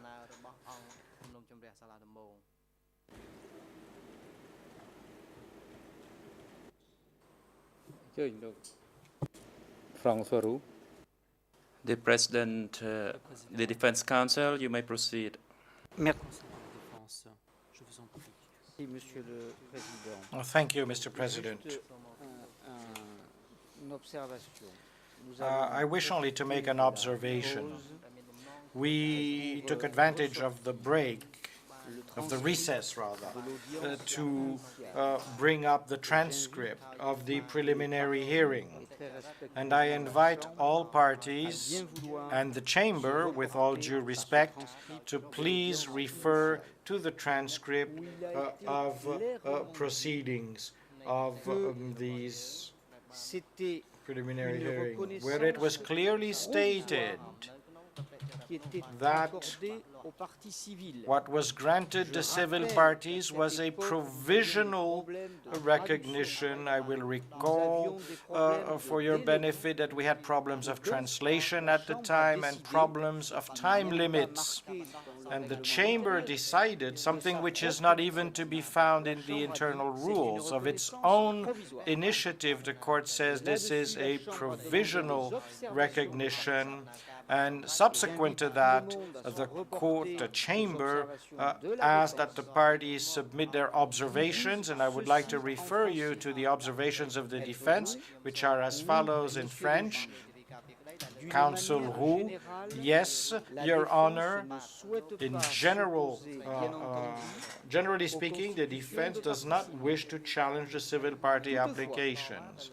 However, the defense would like to point out to the chamber that for a certain number of civil parties, it has received documents only in English, and that accordingly it is not in a position to make a submission as long as it does not have translations into French. Furthermore, in the last few days, we were receiving documents that we have not been able to peruse. This is what we said at the initial hearing. And if the chamber will allow me to add, I would say that as late as yesterday we received documents. So what I said at the time is still relevant now. And I continue to quote, "It appears to me that for some cases questions might arise with regard to the link that they may have with S21. So, all that the defense can say at this point is that, firstly, as long as we don't have all the documents in French, we cannot make any submissions, and therefore we reserve the right until the substantive proceedings to raise issues that may arise if it appears that a civil party or a civil party applicant was not an actual victim of S21. But, of course, for every person that a civil party as proven was indeed a victim in S21, there will be no challenge by the defense. And Maître Laveigne at that time asked a question, if I may, just to clarify matters. Are you making your reservations on the well-foundedness of the applications or their admissibility? And I replied, if persons consider that the civil party died in S21, and this is not the case, then it goes to admissibility. And Judge Laveigne then stated, because I think it should be perfectly clear to all parties that at this stage we are not going to go to the merit of the applications. We are simply trying to assess the apparent existence of harm. And Judge Laveigne added, and it is perfectly clear that during the substantive proceedings, in other words now, on the merit, we shall examine each of the applications to be perfectly certain that the alleged harm did in fact occur. So your reservations pertain instead to the fact that you expressed some doubts perhaps with regard to the actuality of harm. But we are not talking about admissibility. Do you have any reflections on that? And Maître Roux replied, myself, with regard to prima facie admissibility, on a provisional basis, there is no problem. But I reiterate our reservations with regard to what may arise during the substantive hearing. And Judge Laveigne, I agree. So this is where we are now. The reservations that I had expressed, which the Chamber agreed with. Thank you.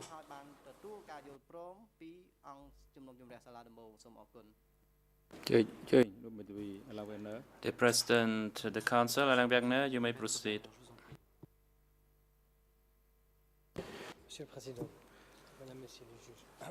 Maître Berner. Mr. President, Your Honors, Counsel for the civil parties have really, and this is the gist of what I wish to say, have displayed no bad faith in making these observations and are not intending to play on the rules. But for me, the motivation for our intervention is the following. There was a preliminary hearing, after which there was a decision as to admissibility. We told our civil parties 4 or 5 or 6 months ago, after this preliminary hearing, we told them, you are civil party applicants.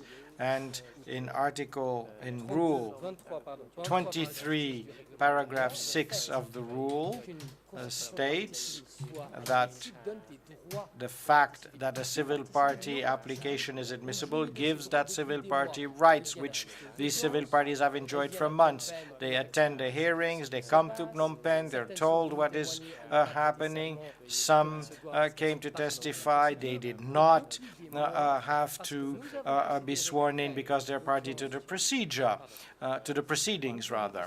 And so we considered at that point, according to a reading, a good faith reading of the internal rules, we are led to understand that questions of admissibility raised by the parties could no longer be raised at this stage, and therefore our civil parties have been exercising rights thus gained for months. And now, a few weeks from the end of trial, we're being told, oh, well, you're not admissible, you're not a civil party. All the rights that you have enjoyed for 5 months, we are taking away from you. Now, I understand Rule 100, and I understand that there is a degree of ambiguity because it is a fact that until the time of judgment, you have the right and authority to declare that a party is not admissible. But when, at the last minute, the defense comes and tells us that a civil party is not admissible, then you could have stated this. Nothing has changed. Nothing is new. Issues of kinship were already known at the time. There were problems of interpretation. We had some from the outset. But you could have raised these issues in order to enable us not to make our civil parties believe that they were civil parties for several months. Now, on provisional recognition, and you quoted yourself, and with all due respect, I quoted you, and you did clearly emit reservations. That is the privilege of the defense, not a commitment for the civil parties. But if you take a civil party from group number 4, ED 26, Mr. Who testified in a video conference with Maître Finel from Paris. Mr. Hu, we have a decision here, a ruling, just to clearly show that there were several distinct stages in the proceedings. Mr. Hu, I have here provisional recognition as a civil party applicant notified on 29 January 2009 to Mr. Hu and not Ru. Mr. Hu. On 29 January 2009, Mr. Hu was told, bullet number 2, you are now provisionally recognized as a civil party applicant until the preliminary hearing concerning the present case. At that hearing, your application will be examined in line with Article 83 of the rules, with Rule 83 of the internal rules. And this is what we trusted was the case, what we believed in, that there was provisional recognition at the initial hearing. If the different parties wish to make observations, they could. Then rulings were handed down. This conferred rights upon the civil parties, which they've been enjoying for months. We're not simply doing this to waste the time of the chamber, but we're observing the fact that we've reached 3/4 of the trial, and the defense says, well, that's not admissible. These people are not civil parties. We are challenging that position on the basis of the internal rules. That's what we wanted to say.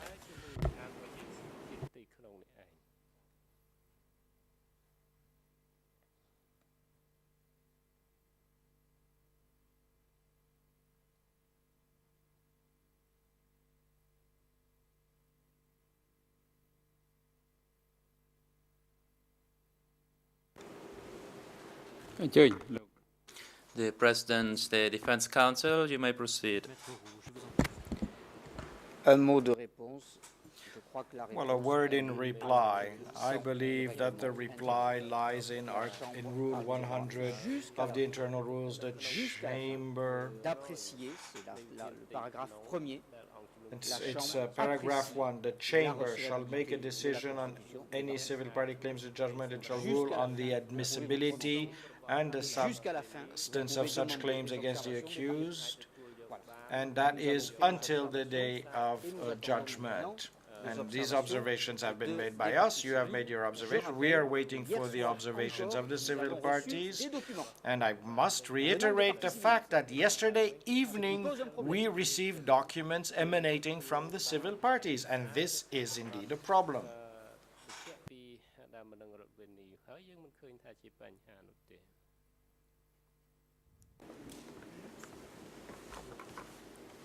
Perhaps we could reserve further argument till tomorrow.